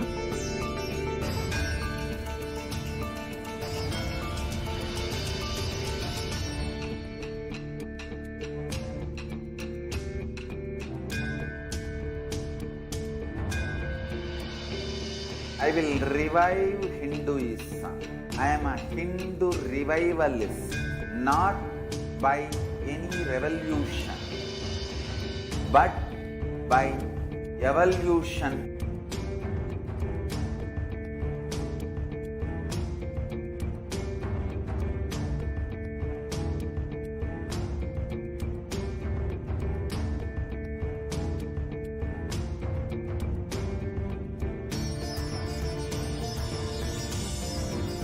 And setting model communities.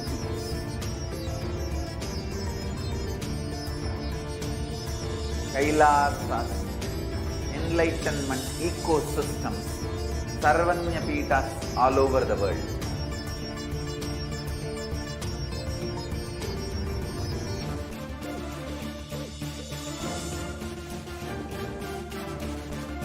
All powerful cognition, knowledge, only when you live, power manifestation and possibilities manifestation happens. This is a fundamental truth.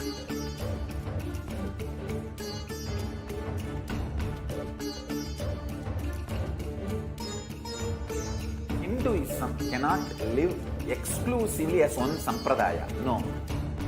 All sampradayas of Hinduism is an ecosystem.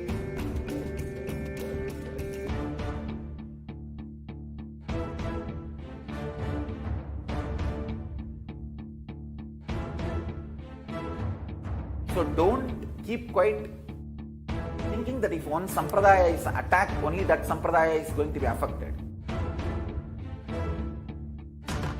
All of us are ecosystems.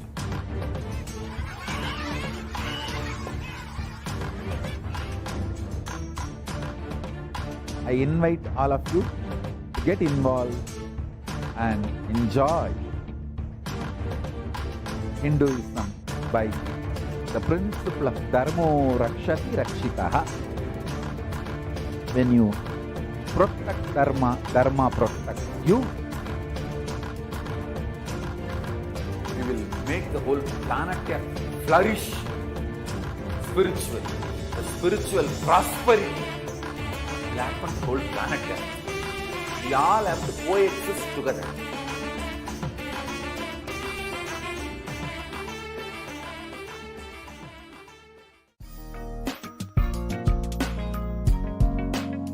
We get you health. We get you ability to build beautiful relationships in your life. We get you direct spiritual support, and we make sure you become wealthy.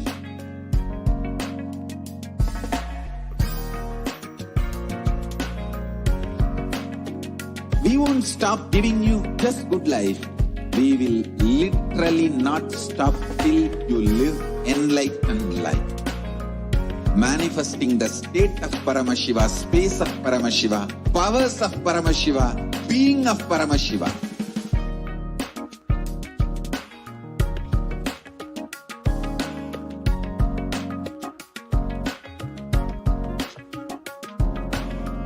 Whole world should become e-Kailasians.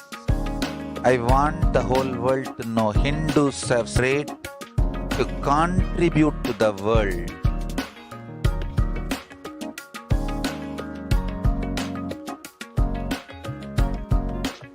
We have something great to contribute to the world. Let us do that.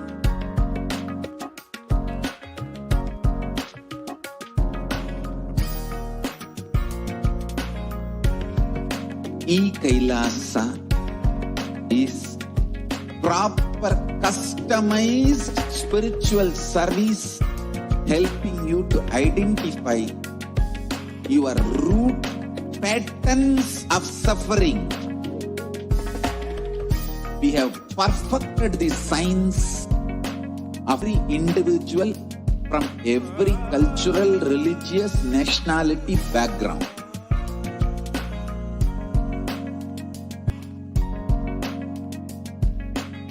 You will have lowest reactionary assumptions, highest awakened response, alive response for life continuously.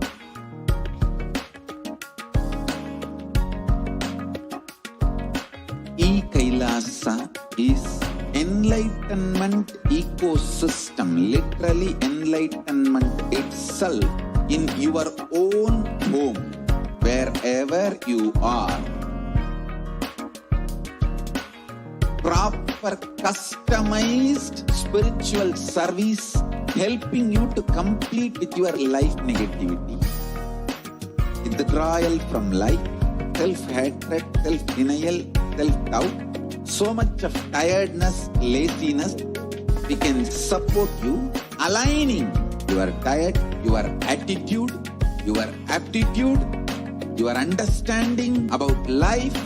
We can help you with everything.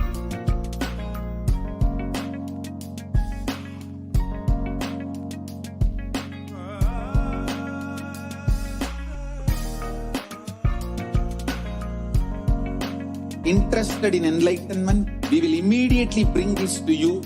If you are not interested, we will explain the whole science, inspire you and make you interested in enlightenment science. We need to cater this enlightenment science to the whole world wherever they are, because enlightenment is the birthright of all human beings. Kailasa is responsible to provide that to all human beings.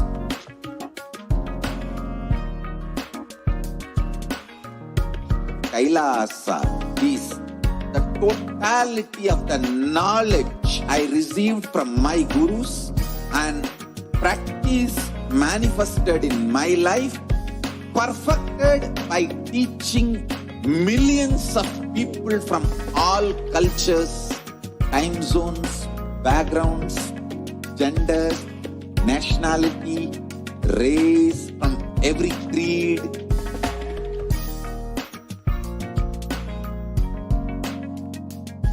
So this absolutely perfected knowledge available to you, served to you in your home without even you moving out of your couch, free of cost.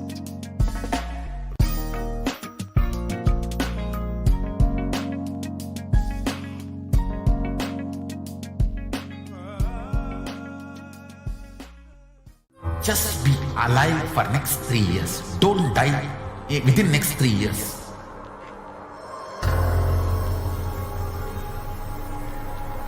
Just don't die within next 3 years. Be alive. Somehow be alive. I'm working sincerely. I will reach you somehow. Somehow I will reach you. It's my commitment to humanity.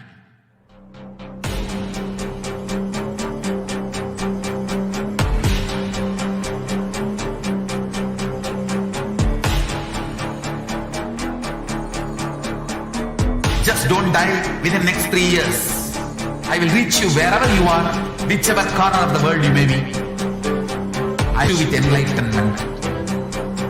You manifesting the space, state, powers, being Paramashivoham. It is possible, and it is possible for you.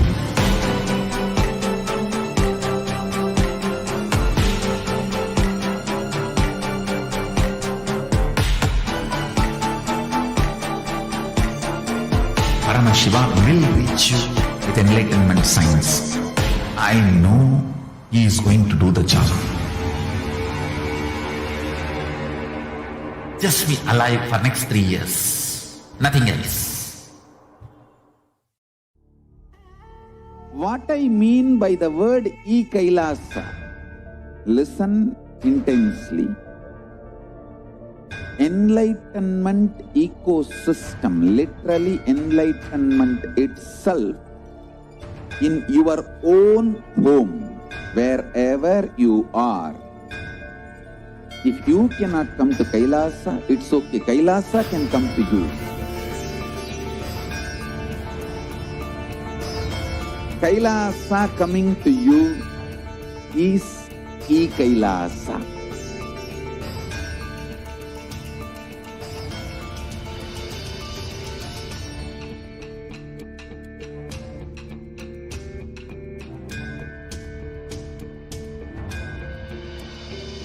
I will revive Hinduism.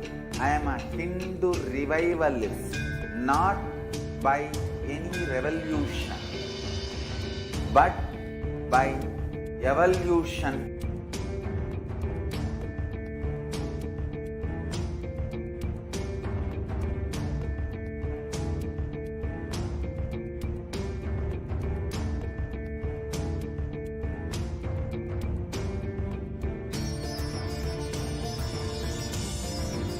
And setting model community.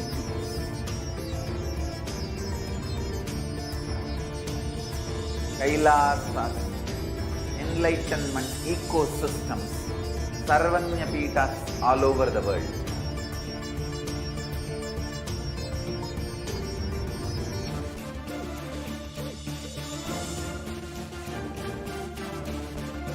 All powerful cognitions only when you live, power manifestation and possibilities manifestation happens. It's a fundamental truth.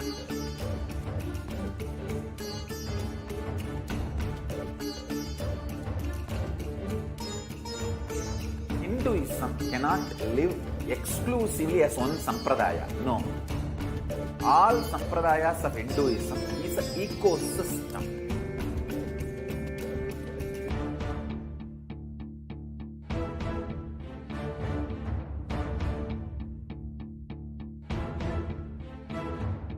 So don't keep quiet thinking that if one sampradaya is attacked, only that sampradaya is going to be affected. All of us are ecosystem.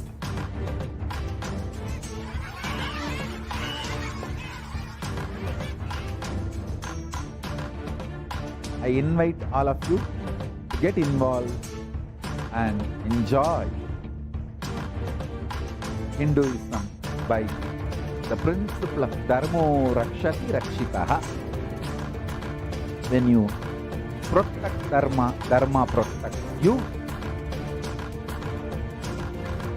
You will make the whole planet flourish spiritually. The spiritual prosperity will happen to the whole planet. We all have to coexist together.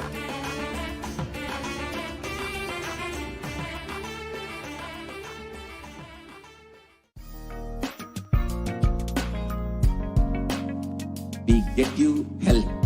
We get you ability to build beautiful relationships in your life. We get you direct spiritual support, and we make sure you become wealthy.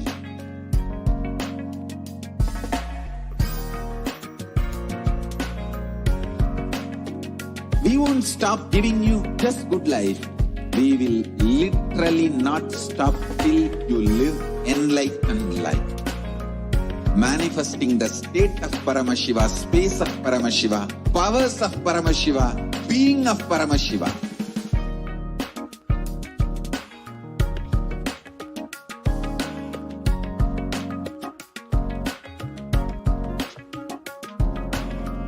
Whole world should become e-Kailasians. I want the whole world to know Hindus have something great to contribute to the world.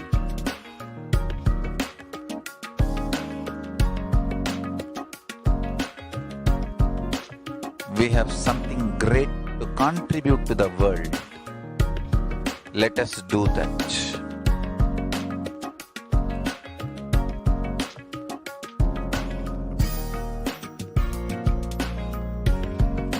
E-Kailasa is proper customized spiritual service helping you to identify your root patterns of suffering.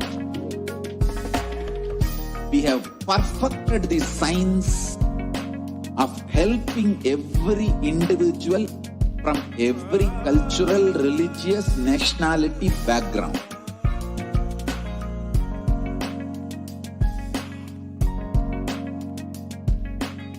You will have lowest reactionary assumptions, highest awakened response, alive response for life continuously.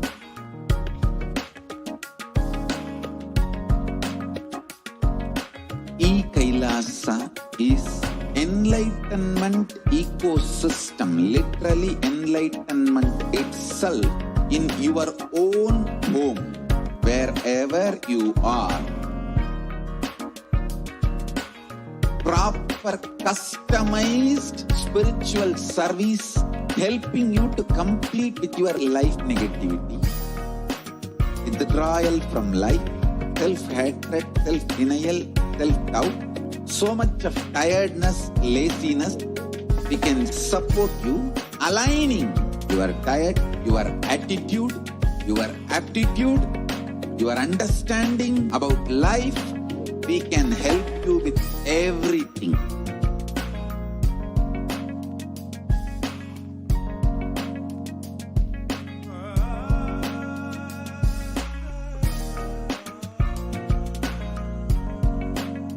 If you are interested in enlightenment, we will immediately bring this to you.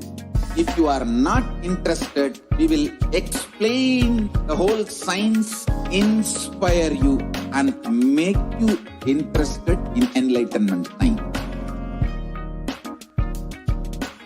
We need to cater this enlightenment science to the whole world wherever they are, because enlightenment is the birthright of all human beings. Kailasa is responsible to provide that to all human beings.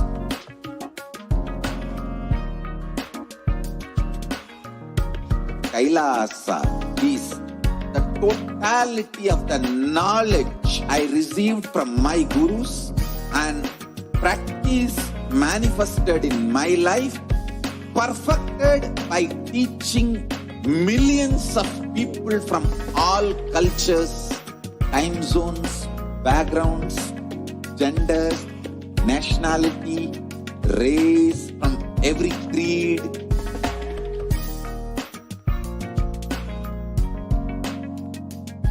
So this absolutely perfected knowledge available to you, served to you in your home without even you moving out of your couch, free of cost.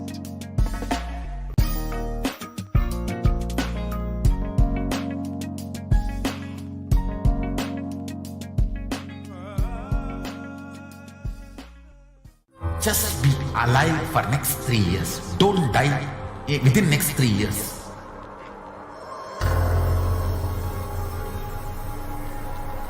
Just don't die within next 3 years. Be alive. Somehow be alive. I'm working sincerely. I will reach you somehow. Somehow I will reach you. It's my commitment to humanity.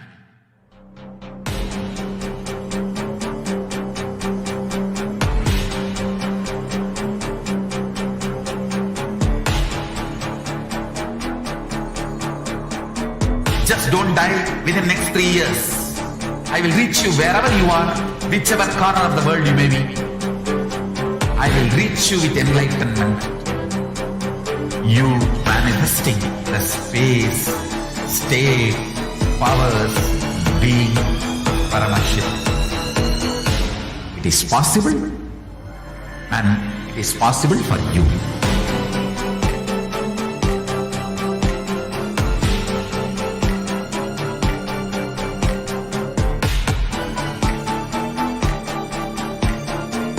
Paramashiva will reach you with enlightenment science. I know he is going to do the job. Just be alive for next 3 years. Nothing else. What I mean by the word e-Kailasa, listen intensely. Enlightenment ecosystem, literally enlightenment itself, in your own home, wherever you are. If you cannot come to Kailasa, it's okay. Kailasa can come to you. Kailasa coming to you is e-Kailasa.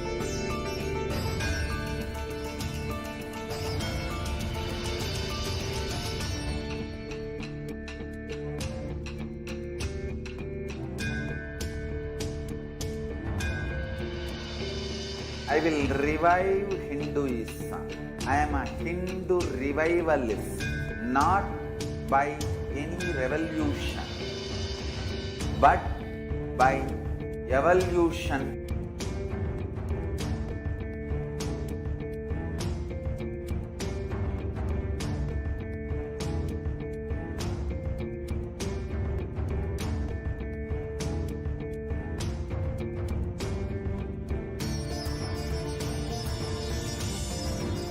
And setting model communities.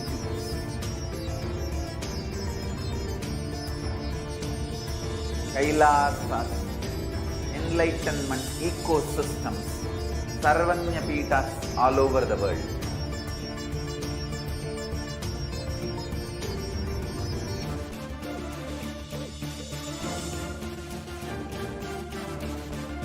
All powerful cognition, knowledge, power manifestation and possibilities manifestation happens.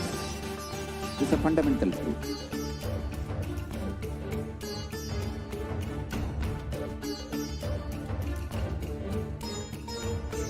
Hinduism cannot live exclusively as one sampradaya. No.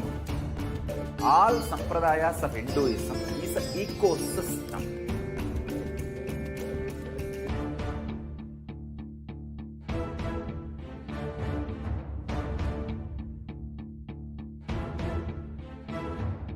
So don't keep quiet thinking that if one sampradaya is attacked, only that sampradaya is going to be affected.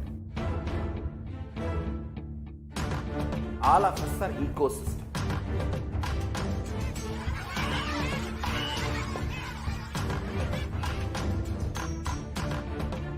I invite all of you to get involved and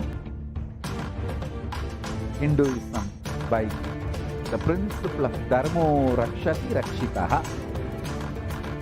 When you protect Dharma, Dharma protects you. We will make the whole planet flourish spiritually. The spiritual prosperity will happen to the whole planet. We all have to coexist together.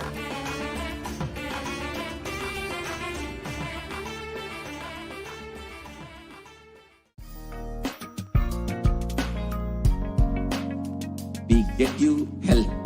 We get you ability to build beautiful relationships in your life. We get you direct spiritual support, and we make sure you become wealthy.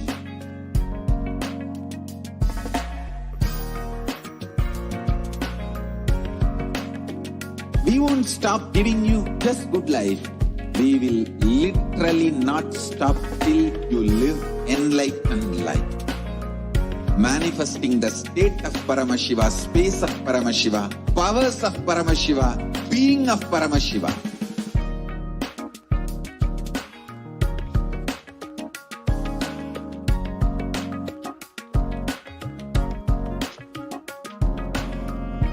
world should become e-Kailashians.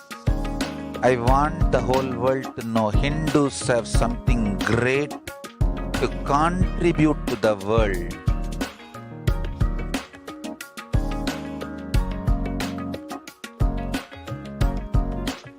We have something great to contribute to the world.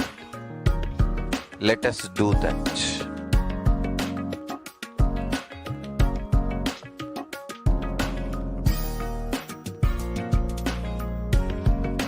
E-Kailasa is proper customized spiritual service helping you to identify your root patterns of suffering. We have Nithyanandam, welcome back, dear viewers. Now we have a very special, exciting announcement. We will be having the live Bhagavan Sundareshwara Darshan manifesting through the Supreme Concept of Hinduism very shortly at 10 p.m. IST. So do stay tuned for that. Now let's understand who is Bhagavan Sundareshwara and how he is manifesting through the Supreme Concept of Hinduism.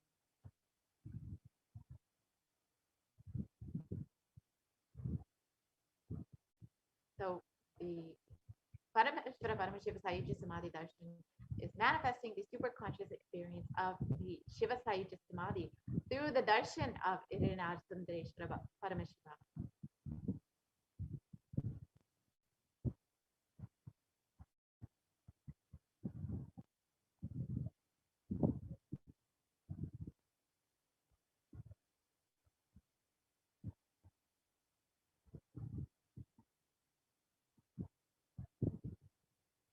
So get ready for the rare, unique, powerful initiation into the God equation to make human beings into multi by Bhagavan Sundareshwara Paramashiva.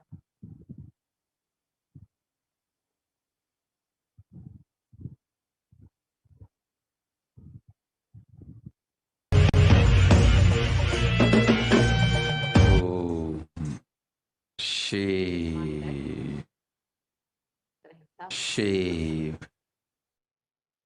shave.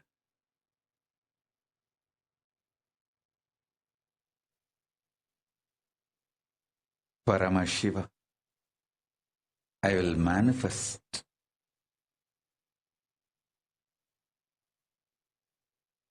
the physics of my existence. Cognize this in your Hridaya Akasha, in the Gandha. You will experience my existence. Sundareshwara Paramashiva. The countless, uncountable by any visualized, assumed mathematics. Brahmandas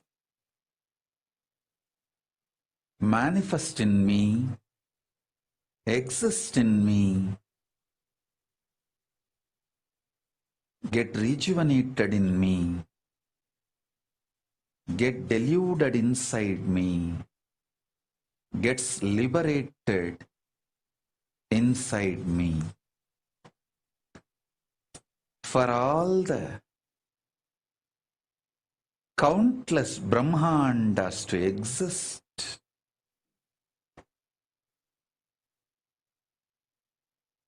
to get created, to get sustained, to get rejuvenated, to get deluded, to get liberated. I am the space.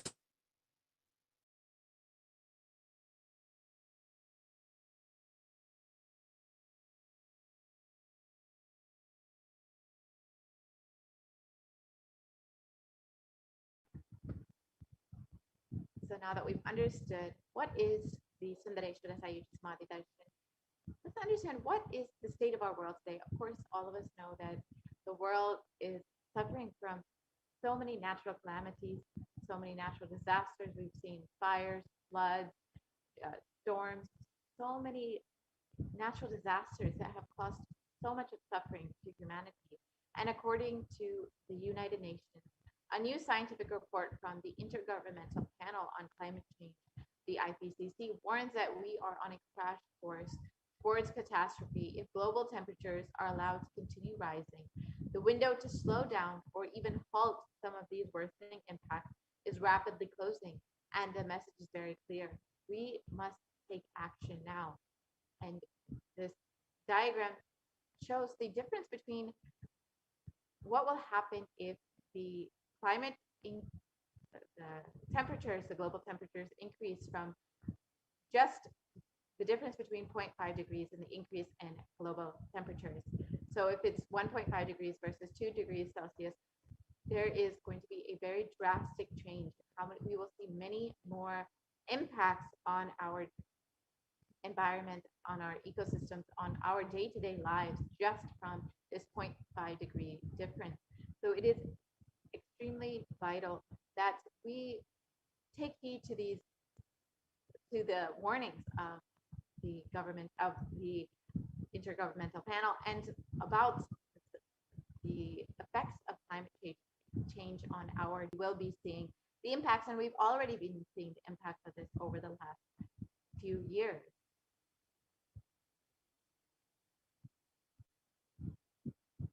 So now let us watch a short video.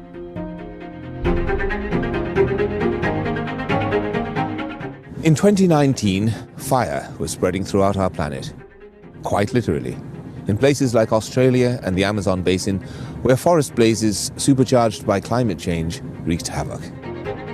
In other places, mass protests flared up, fueled by a combination of job insecurity, growing inequalities, and discontent with the current economic, social, and environmental status quo.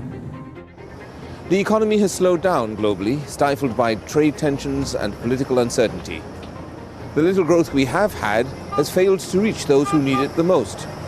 Progress towards higher living standards has stalled for many countries and vulnerable groups of people. This has only deepened inequalities which were already growing in many countries, spurred on by automation, climate change, and other global trends.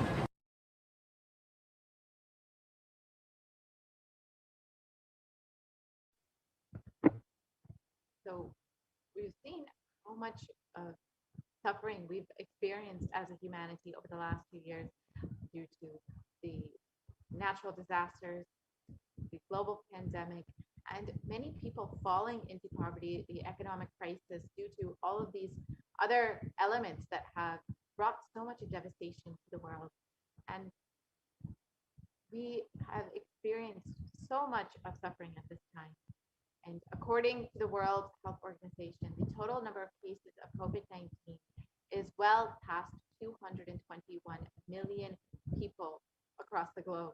And Healthline.com states that new COVID-19 cases have risen to more than 150,000 per day in the United States. And experts warn that with emerging variants, this could lead to another surge in cases. So despite many attempts to curb the number of infections, to slow down the rate of infections, we've not seen a halting in the rate of infections. We've been undergoing the effects of this pandemic for the last 2 years almost, and it does not seem to be slowing down anytime soon.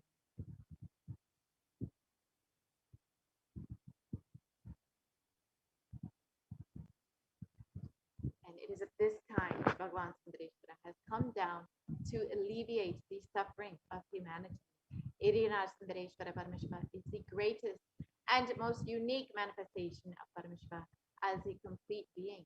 He assumes the physical, subtle, light bodies as and when he wants, plays with all the physical realities, and corrects, alters, intervenes, influences, changes, adds, removes, deletes anything in the physical plane as and when he likes, without even a reason, just for fun.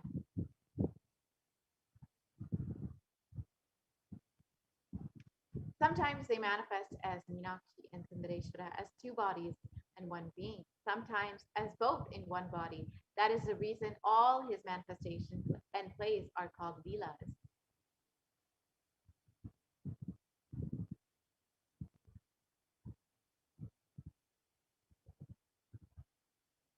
from the Shuddhatvaita Paramashiva Sayujya Samadhi space, Irina Sundareshwara Paramashiva will be manifesting through this supreme manifestation. The Irina Sundareshwara Paramashiva Parambhuru will give darshan, bless and shower boons as Leelas again, as he once did in Madurai.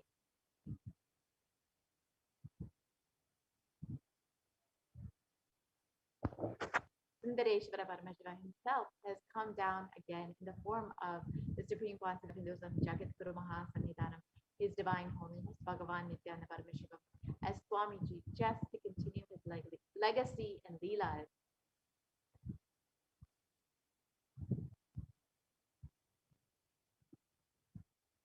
To continue being available to all of us to alleviate the suffering of humanity at this time and to play his divine leelas, perform miracles in the lives of his devotees, attend to our prayers, and continue the legacy as the ruler of the whole of Madurai Shamala Pita Sadhya as the 293rd Jagat Guru Mahasannidhanam of the and as the Supreme Pontiff of Hinduism, guiding the whole of humanity.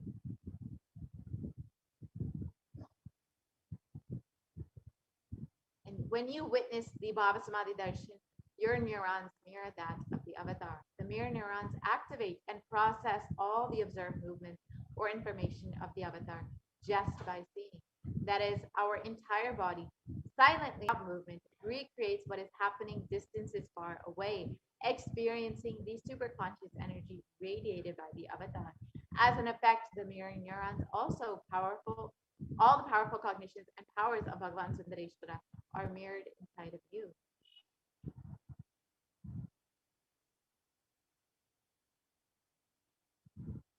So let us understand the God equation. Exhale intensely. Whatever you have, Paramashiva will inhale inside of you. This is the God equation. Nothing is more powerful than power manifestation. It is the most exciting spiritual science. It is the most, when you decide to manifest powers again and again, you know Paramashiva is within you and he is manifesting. You fall in love with Paramashiva every minute. If he manifests, you know he is real and he is manifesting. If you don't manifest what you desire, what you declared, you will manifest the jnana, the vijnana, the knowledge and the understanding, and the possibilities and powers of Paramashiva will manifest in all of you today.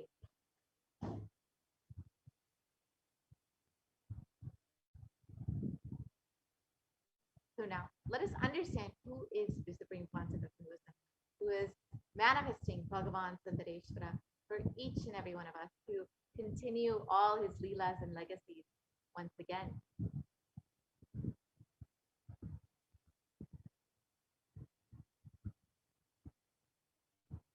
The Supreme Pontiff of Hinduism, Jagat Guru Mahasannidhanam, His Divine Holiness, Bhagavan Nithyananda Paramashivam, is the reviver of Kailasa, macrocosmic, ancient, enlightened Hindu civilizational nation. And the Supreme Pontiff of Hinduism is the 1008th incarnation of Paramashiva as per Hinduism, recognized by his predecessors who are enlightened masters and adepts. The Supreme Pontiff of Hinduism has made the science of power manifestation, yoga, and temple-based universities as a lifestyle for humanity.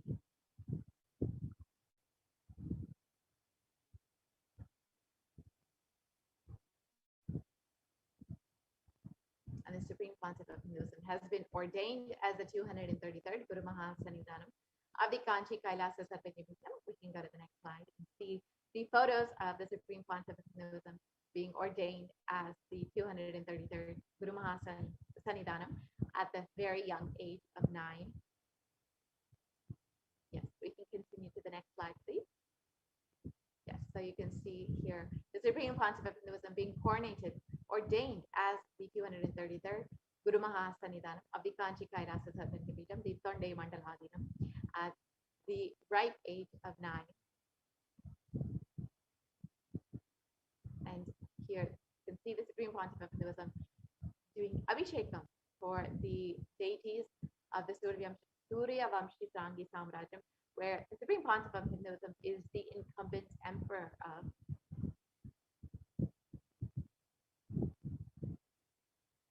you can see the supreme concept of Hinduism being coronated as the incumbent emperor of the Surya Vamshi Tarangi Samrajyam.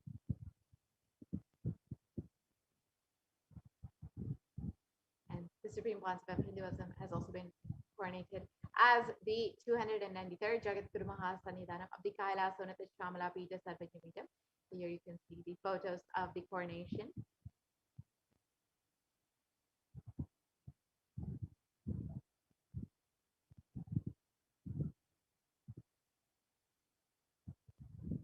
And the supreme concept of Hinduism is also the present Mahamandaleshwar of the Mahanirvaniya Order, the largest apex monastic order. You can see the photos of the supreme concept of Hinduism being coronated as the Mahamandaleshwar. And the supreme concept of Hinduism is also the 1008 Acharya Mahamandaleshwar of the Atalakada, is the present 23rd Guru Mahasannidhanam of the Dharma Mukti Sparagapuradinam, and has been elected as the supreme concept of Hinduism by a congregation of over 1,000 Hindu leaders.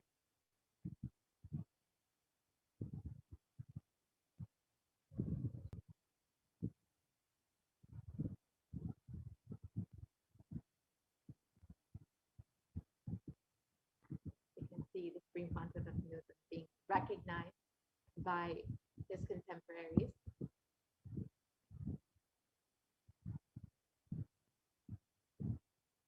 And the supreme concept of Hinduism is revered as a teacher of Hinduism, the most prolific, most viewed, read, and watched, and has authored over 300 books and 10,000 articles in 3 languages, English, Tamil, and Sanskrit, which have been translated into 50 languages with over 1,000 titles.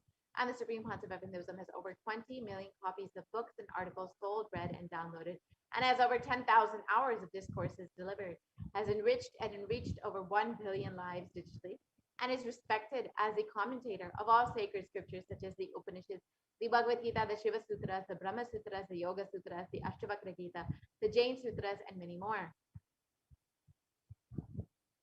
The supreme concept of Hinduism is honored as a leader of Hinduism, the most awarded, internationally recognized Hindu leader, is a reviver of 108 ancient Hindu sampradayas, including the Rudrakanyas, the Rudras, Rishis, Rishikas, Bhairavas, Bhairavis, and Sannyas, and is the establisher of the world's largest Hindu university, Kailasa's Nithyananda University, with satellite campuses in 150 countries.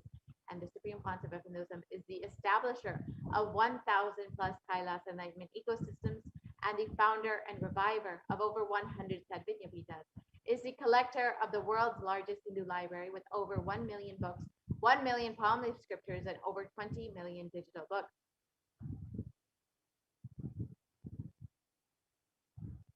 And the supreme concept of Hinduism has established spiritual de facto embassies of Kailasa all across the globe, which include 22 Hindu universities, 186 extended campuses of NHU, 242 Nithyananda Gurukuls, 22 Nithyananda Nyanalayas, 38 temple monastery complexes, 2,100, more than 2,100 Paramashivoham shakas, over 1,800 youth centers, 19 kingdoms or Sarvajna Pitas, 25 e-Kailasas, over 1,800 ASB centers, 120 temples, over 5,300 healing centers, 22 food banks, 12 animal shelters, 34 satsang temples, 418 Paduka mandirs, and over 2,100 satsang centers. And each of these spiritual de facto embassies act as enlightenment ecosystems to nurture the science of enlightenment and share it with the world, especially at this time when the world is in need of the sciences, the spiritual truths from Hinduism.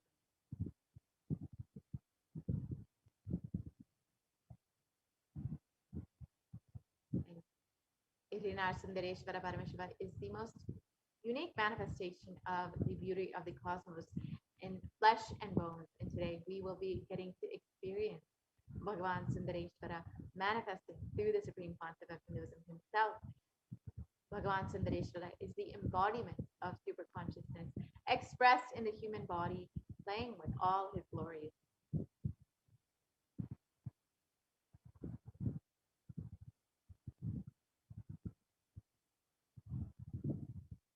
Bhagavan Sundareshwara is the greatest most unique and most complete manifestation of Paramashiva.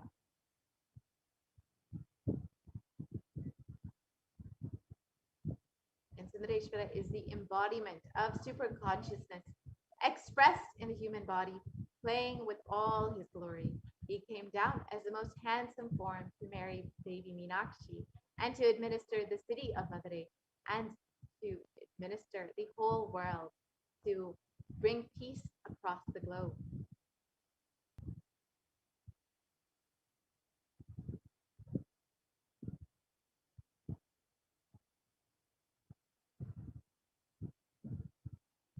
And to ensure this tradition of living masters continues on to elevate the humanity for millennia, Bhagavan Sundareshwara throned their direct representatives and their form of the continuing lineage of living masters, the Guru Mahasannidhanams, with the responsibility to train and groom the kings in administration, constitution, and governance, acting as regents. They also performed the spiritual initiation on the kings and the citizens of the kingdom, imparting the enlightenment science to them. And of course, the lineage began with Devi Meenakshi and Bhagavan Sundareshwara, and has been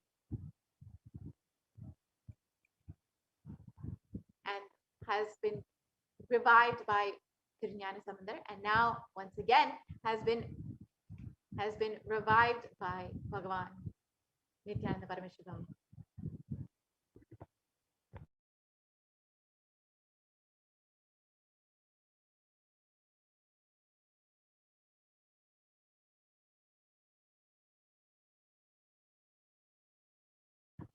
Sorry, we can go back to the previous slide, please.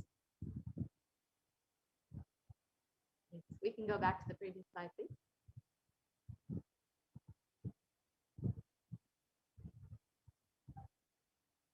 Yep. Yeah, we can continue to the next slide. Sorry.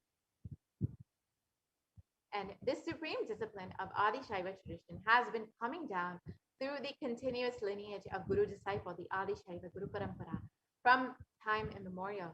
This has been formulated for the attainment of complete liberation from the repeated phenomenon of birth and death. This is the supreme in its kind and concerned with the ultimate benefit of all the souls.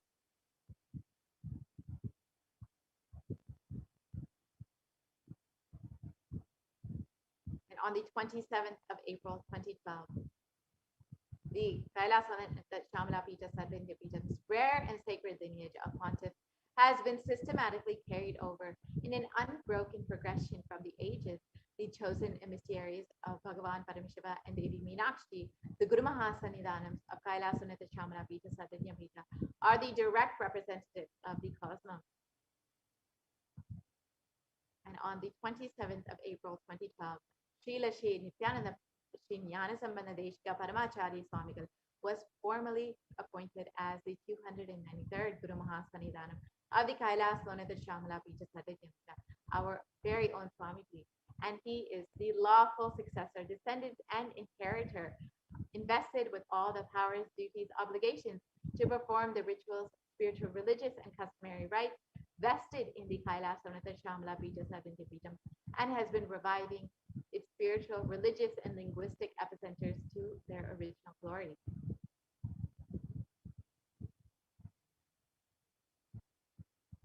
So now let us watch a short The ancient temple town of Madurai in southern India boasts of a 2,500-year-old history of spirituality. Historians trace Madurai's existence back to the 3rd century BC, making it one of the oldest continuously inhabited cities of the world. Legend says that Madurai was established by the cosmic mother herself, who incarnated as Princess Meenakshi, daughter of the pious king Malayadwaja Pandian. An able queen and a fearless warrior, Meenakshi expanded her empire right up to Kailash in current China. But when she came face to face with the Lord of Kailash, Shiva himself, she recognized him as her eternal consort and dropped her arms to become Shiva's companion for life. Along with Shiva, also known as Sundareshwara or the beautiful Lord, Meenakshi reigned over her kingdom for a glorious 166 years. In course of time, with the rise of Jainism as a religious force, Madurai too fell to its powerful influence and Shaivism all but vanished from the sacred kingdom where Shiva himself had once walked the earth. The renaissance of Shaivism in Madurai was the sacred task of a child incarnation, Tirunjana Sambandar, one of the 4 visionary saints of Shaiva Siddhanta tradition. The story goes that as a baby, Tirunjana Sambandar was once nourished by the milk of enlightenment from the cosmic mother herself. This child prodigy arrived in Madurai to effortlessly defeat the learned Jain monks with his wisdom, healing powers, and spiritual prowess, and restored Madurai to her beloved religion, Shaivism, by reviving the ancient Madurai Adinam and the Meenakshi temple, which had fallen to desolate ruin. Madurai Adinam is today the world's oldest living Hindu organization, with a recorded history alone spanning a glorious 1,500 years and an unbroken lineage of illustrious pontiffs to this very day. Over the centuries, Madurai Adinam has been patronized by the likes of Tipu Sultan, Robert Nobili, and the poet saint Vallalar. The pontiff of the Madurai Adinam is known by the title Guru Mahasannidhanam and inherits the responsibility of carrying forward the traditions of Tirunjana Sambandar's sacred work.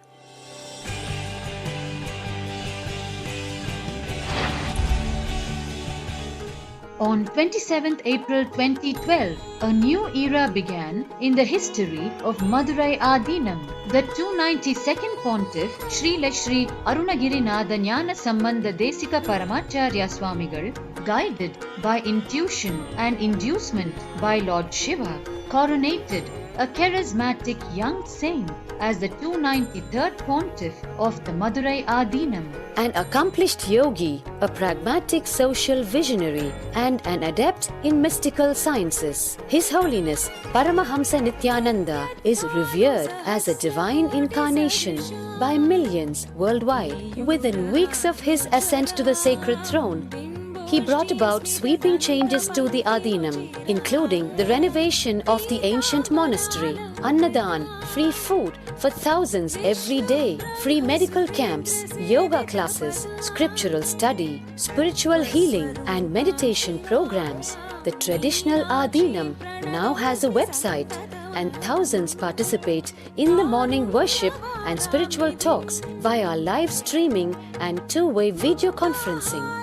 Vast properties belonging to the Adinam are being reclaimed from illegal encroachment. Its numerous temples are being restored to sanctity, and the neighboring villages with basic amenities, education and medical care being provided for all. His Holiness dreams of an authentic Vedic Renaissance for which India has already waited too long. Here, I take the commitment of making Madurai Adinam as an international religious organization.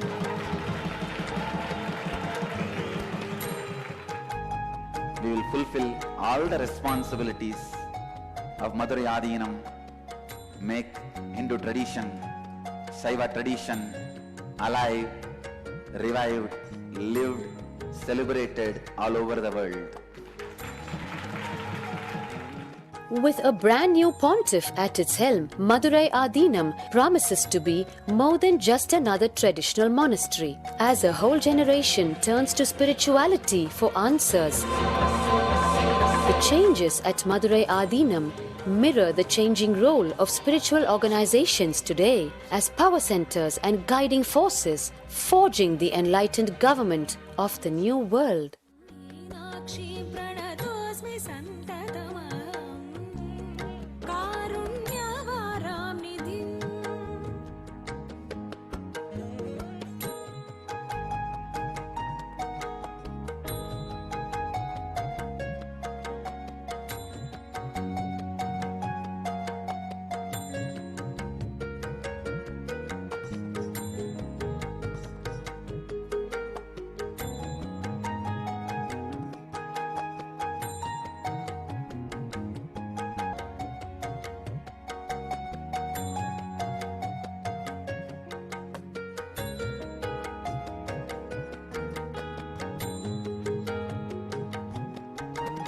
श्रीविद्यां शिववामभागनिलया ह्रीङ्कारमन्त्रोज्ज्वला श्रीचक्राङ्कितबिन्दु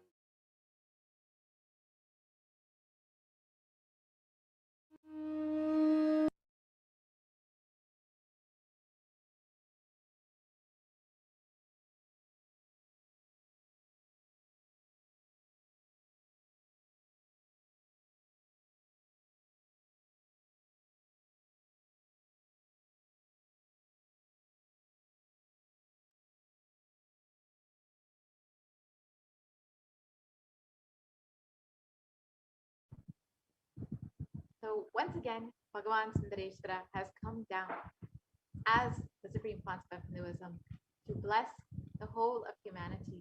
For us, Bhagavan Sundareshwara is not a history, he is a happening. Bhagavan Sundareshwara himself has come down again in the form of the Supreme Concept of Hinduism as Swamiji, the 1008th incarnation of Paramashivoham, to revive Hinduism, to continue being available to all of us, playing his divine leelas, performing miracles in the lives of his devotees, attending to our prayers, and continuing the legacy as the ruler of the whole of Madurai Shamala Puja Sarvekimitam, as the 293rd Jagat Guru Mahasanitanam, and the Supreme Concept of Hinduism, guiding the whole of humanity.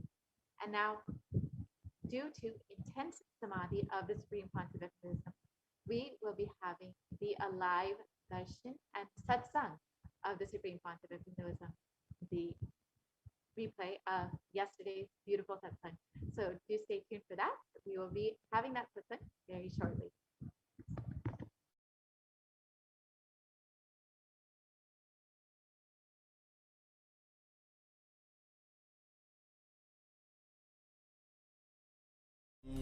Nithyananda Paramashivoham.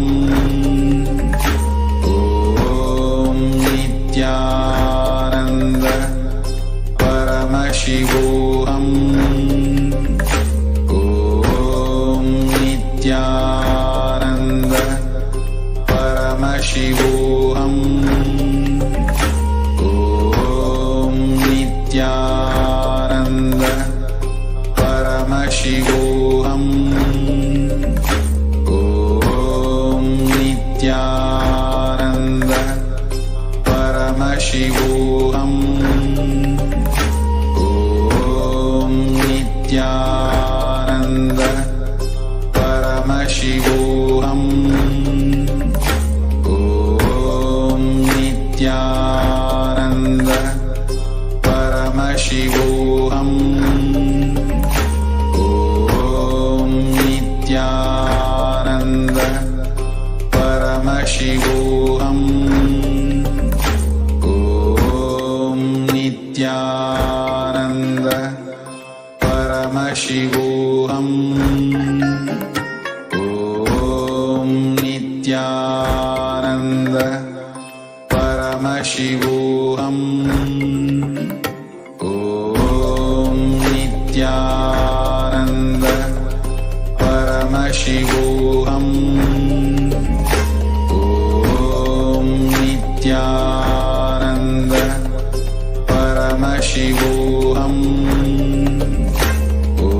Om Nithyananda Paramashivoham. Om Nithyananda Paramashivoham. Om Nithyananda Paramashivoham. Om Nithyananda Paramashivoham. Om Nithyananda Paramashivoham. Om Nithyananda Paramashivoham.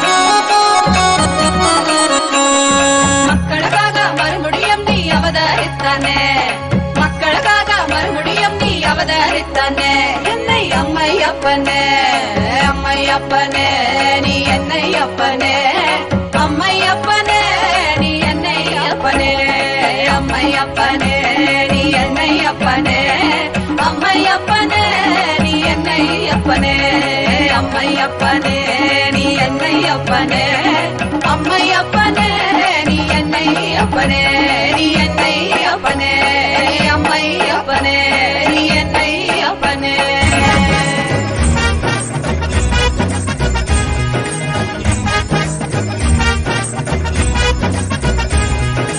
ஆறுபடைக்கப்பா ஓம் ஆறுபடைக்கப்பா நித்தியன் வாழும் நித்தியபுரி மலையே ஆறுபடைக்கப்பா ஆறுபடைக்கப்பா ஓம் ஆறுபடைக்கப்பா நித்தியன் வாழும் நித்தியபுரி மலையே ஆறுபடைக்கப்பா அறுபடை சக்தியின் ஒருமுக நித்தியனின் திருவடியை நாம் காண்போம் நித்யா திருவடியை நாம் காண்போம் நித்தியன் திருவடி கண்டு நோயற்ற வாழ்வினை பெறுவோம் நித்தியன் திருவடி கண்டு நோயற்ற வாழ்வினை பெறுவோம் ஆறுபடைக்கப்பா ஓம் ஆறுபடைக்கப்பா நித்தியன் வாழும் நித்தியபுரி மலையே ஆறுபடைக்கப்பா ஆறுபடைக்கப்பா ஓம் ஆறுபடைக்கப்பா நித்தியன் வாழும் நித்தியபுரி மலையே ஆறுபடைக்கப்பா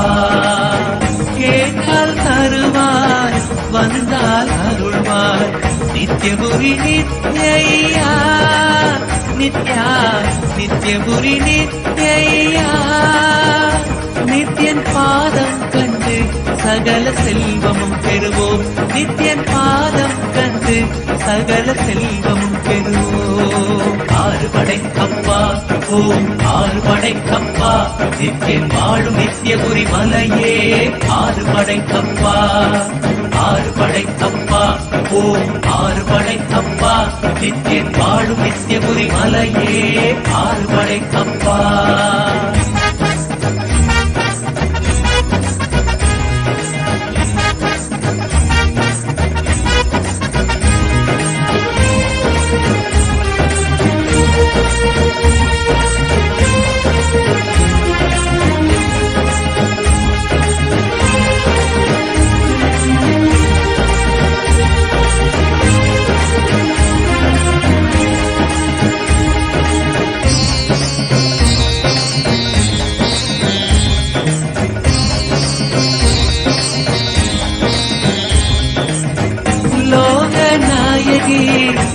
पुत्रनन्तने नित्येश्वररूपा नित्या नित्येश्वररूपा उनै तञ्जम् अடையும் பக்தரை காத்தருள்வாய் ஐயா உனை தஞ்சம் அடையும் பக்தரை காத்தருள்வாய் ஐயா ஆறுபடைக்கப்பா ஓம் ஆறுபடைக்கப்பா நித்தியன் வாழும் நித்தியபுரி மலையே ஆறுபடைக்கப்பா ஆறுபடைக்கப்பா ஓம் ஆறுபடைக்கப்பா நித்தியன் வாழும் நித்தியபுரி மலையே ஆறுபடைக்கப்பா மார்கழி மாதத்தில் குதித்த நித்தியனே நித்தியபுரி நித்யா நித்யா நித்தியபுரி நித்யா உன் பாதம் கண்டு நாங்கள் சரணடைந்தோமே உன் பாதம் கண்டு நாங்கள் சரணடைந்தோமே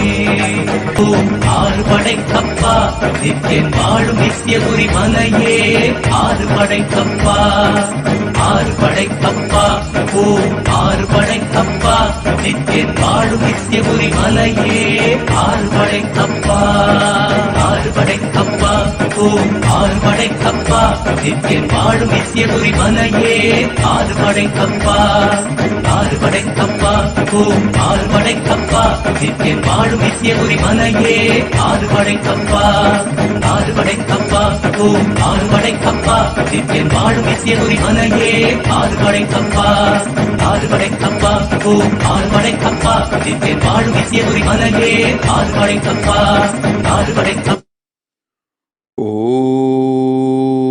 ஓம் நித்யானந்தேஸ்வர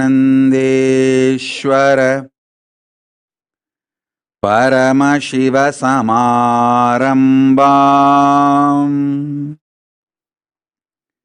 Nithyanandeshwari Paramashakti Madhyamam Asmadacharya Paryantam Vande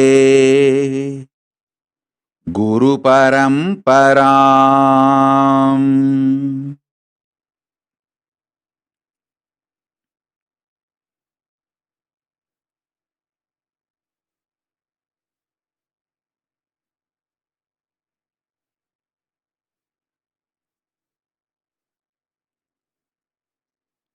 I welcome all of you with my love and respects.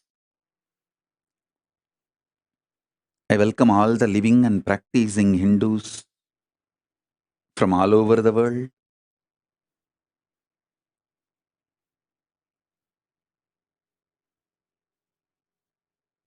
All the ministers, diplomats, ambassadors, citizens, consulate generals,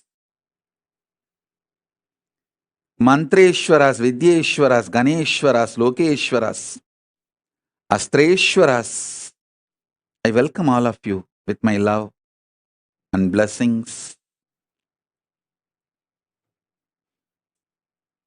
Paramashiva's message directly from Kailasa.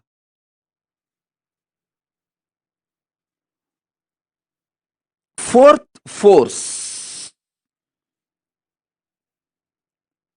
strong nuclear power,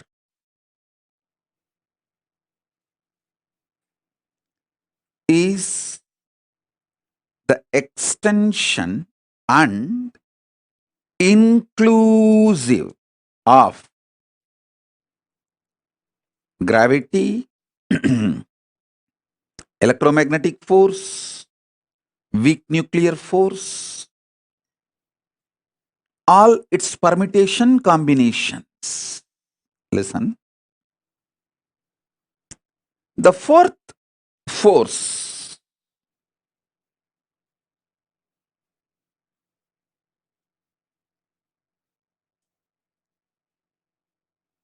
is not only extension, it includes all the other three. I wanted to remind all of you once more, Hinduism is cosmic science.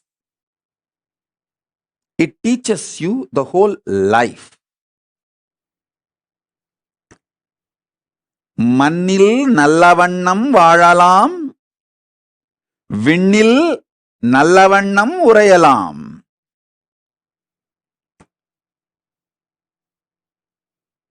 மண்ணில் வாழும் அறிவியலும் விண்ணை ஆளும் அறிவியலும் சேர்ந்ததே சனாதன Hindu தர்மம். Listen. A blissful, happy life with all the auspiciousness in this plane and the most auspicious, beautiful, powerful life in the higher planes.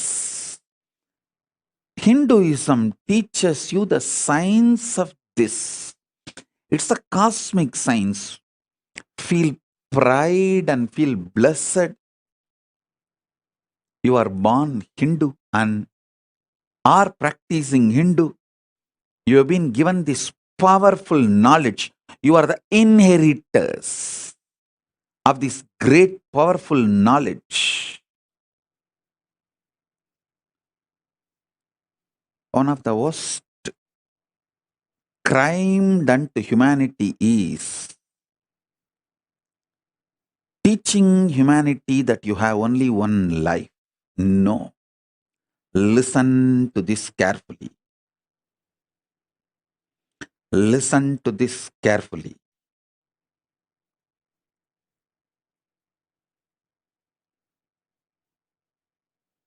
telling you only we exist, human beings exist in this universe is stupidity.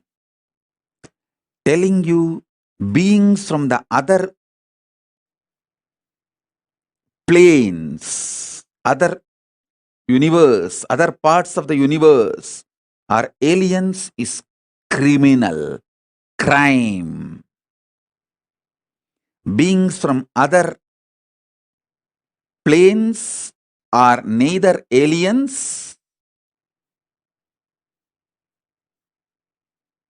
nor. First of all, we are not alone on this universe. Second, beings from other zones and other universes are not aliens. They are our own version, little evolved. Our own version, evolved, are the Devas, Gana, Yaksha, Rakshasa, Rishi, Muni, Gandharva, all of them. Our transformed existence is Kailasavasis. I am not telling you any cock and bull stories. I am not giving you any theories, theologies. I am giving you a clear knowledge, truth as it is. I have come from Kailasa to introduce this cosmic science to the modern human beings, because modern human beings forgot this whole science. I am reviving this whole science.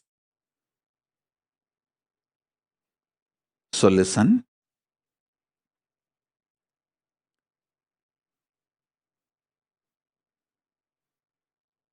Last few satsangs I was talking about these four forces.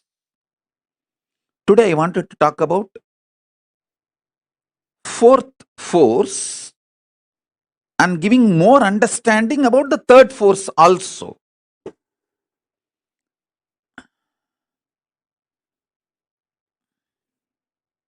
Everything you know about the nuclear power, quantum physics, parallel universe, everything which is established, this multiple existence, all of it put together is third force.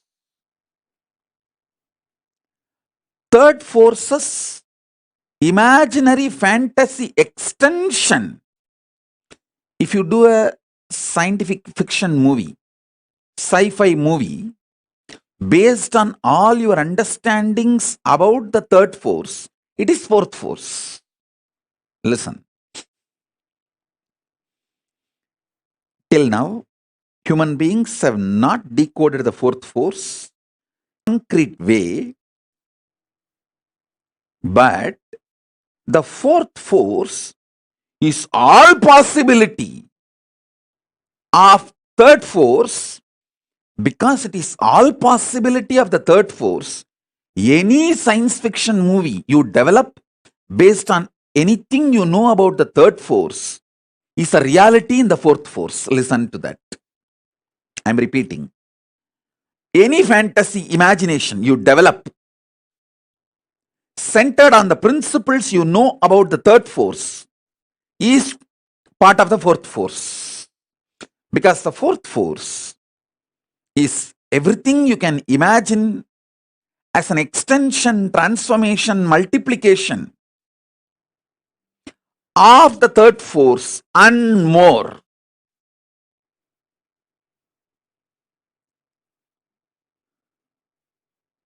That's the fourth force. Let me give you some more understanding about the third force. Listen. Multiple universes, planes exist. That's the first thing. Pitruloka is true. When you leave the physical body, you carry your Karana Sarira, the causal body, your deep-rooted patterns, and reach the Pitruloka and live.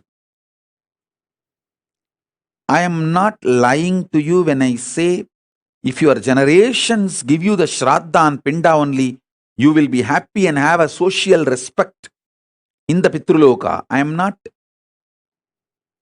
strategic or cunning or lying when I utter this word. I am uttering the truth. It's not that I wanted the Hinduism to spread and kept alive, so I am telling you this story. If Hinduism is not kept alive, planet Earth will not be there. Get lost. I have nothing to lose. I already renounced the planet Earth. I am in Kailasa. If you guys want the planet Earth, save it.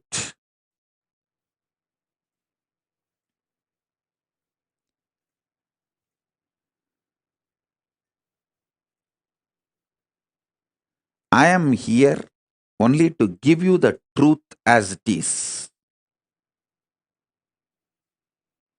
Making it into the lifestyle is your responsibility. Listen, especially the people who are already successful, having basic needs of your life fulfilled, like you already have a spouse, kids, car, house, basic needs. All those people, those of you, it's your responsibility to create ecosystem for your next generations to understand, internalize the science of Hinduism, the cosmic science, the greater science, and keep it alive. I was so happy when I educated myself about this ISKCON's temple they are building in Mayapur. The temple of Vedic Planetarium, where they are describing the Vaishnavite Srimad Bhagavatam description of the multi-universes, the multiple universes, the different lokas.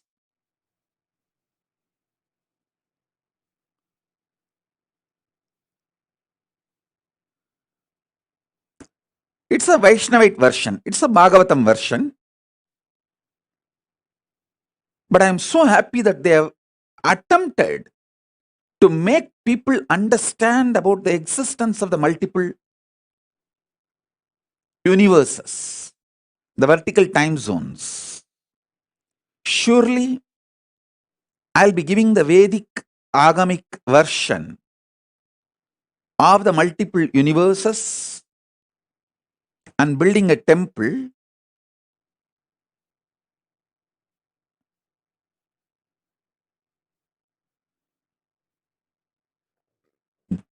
to showcase to all of you and show you experientially how each initiation and power manifestation you can experience those vertical time zones like Devaloka, Pitruloka, Tapoloka, Satyaloka, the lokas of Yakshas, Kuberaloka, Indraloka, Chandraloka, Suryaloka, the different planets and planes. So understand this truth. When I say Pitruloka exists,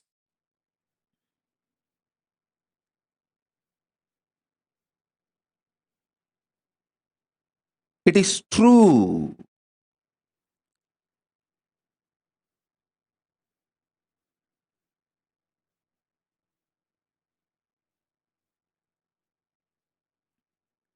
You are not accidental.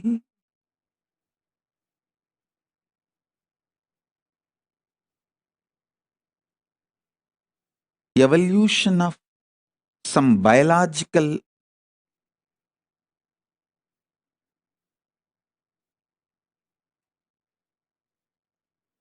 permutation, combination, good or bad, right or wrong. No. You are a conscious manifestation to celebrate, live your existence on this plane and in higher planes, vertical time zones.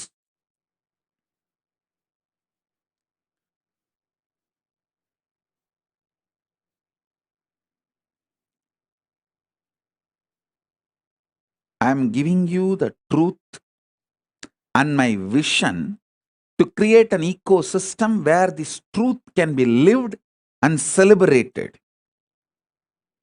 This is my sincere effort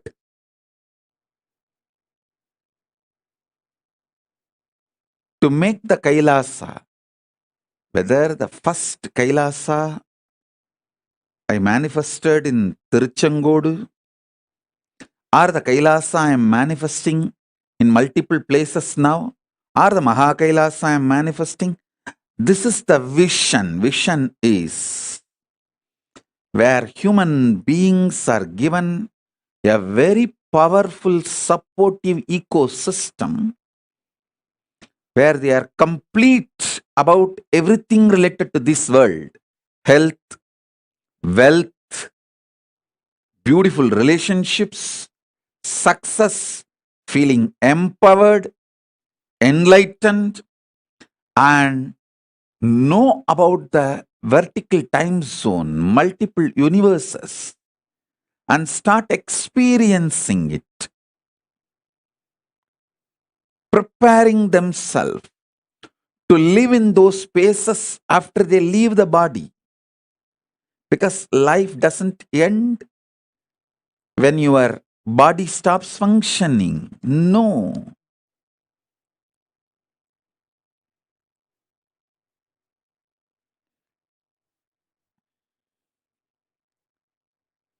Life is so much more.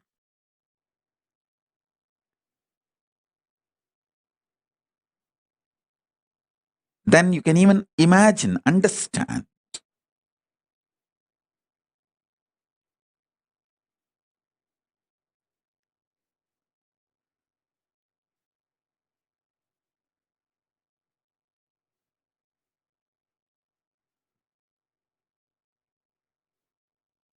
Theosophy Society,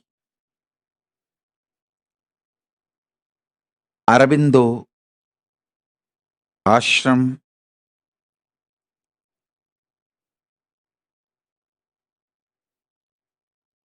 Paramahamsa Yogananda, Osho, Maharshi Mahesh Yogi, ISKCON, Ramakrishna Mission, Sampradaya, all of them have sincerely trying to make the same vision in their own version.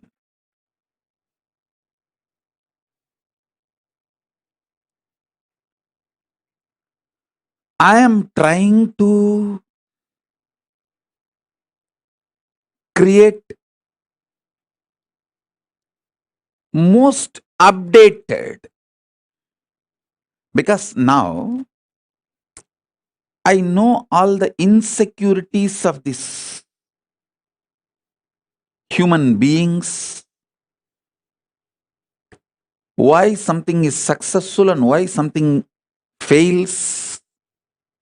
Above all, time is in my favor.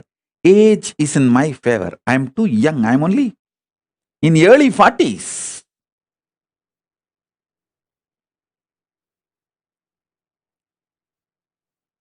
Whole life is in front of me already. 41 Chaturmasya spiritual strength, 27 years of a spiritual socio experiences, working in the spiritual field with the society, 27 years of solid experience and expertise, 41 years of Chaturmasya, solid spiritual foundation, and I have my whole life ahead of me. This is the advantage I have. Let me express these truths so this vision can start manifesting in all of you. This third force and fourth force manifests in all of you. This is my vision for all my Kailasas. Whether it started in a container, I don't know how many of you know, the first Adinam, Tiruchengoda Adinam, started in a steel shed. That is why I always feel container is auspicious. Put container in any place, it will become Kailasa. Because the first Kailasa is container Kailasa. Only then the hut was built. There was a small steel shed which was used as a pump set, gifted to me by a devotee. That's when first I started staying. From there only I built the hut.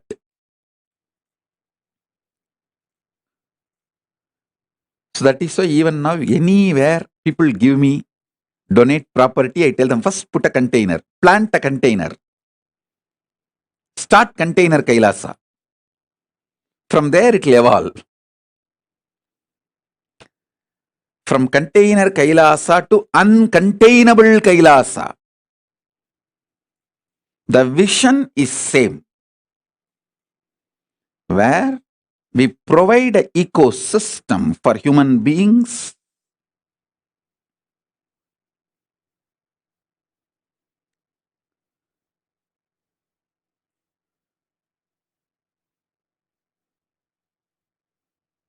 to have a healthy, wealthy, blissful, complete life in this plane and enlightened, awakened life with the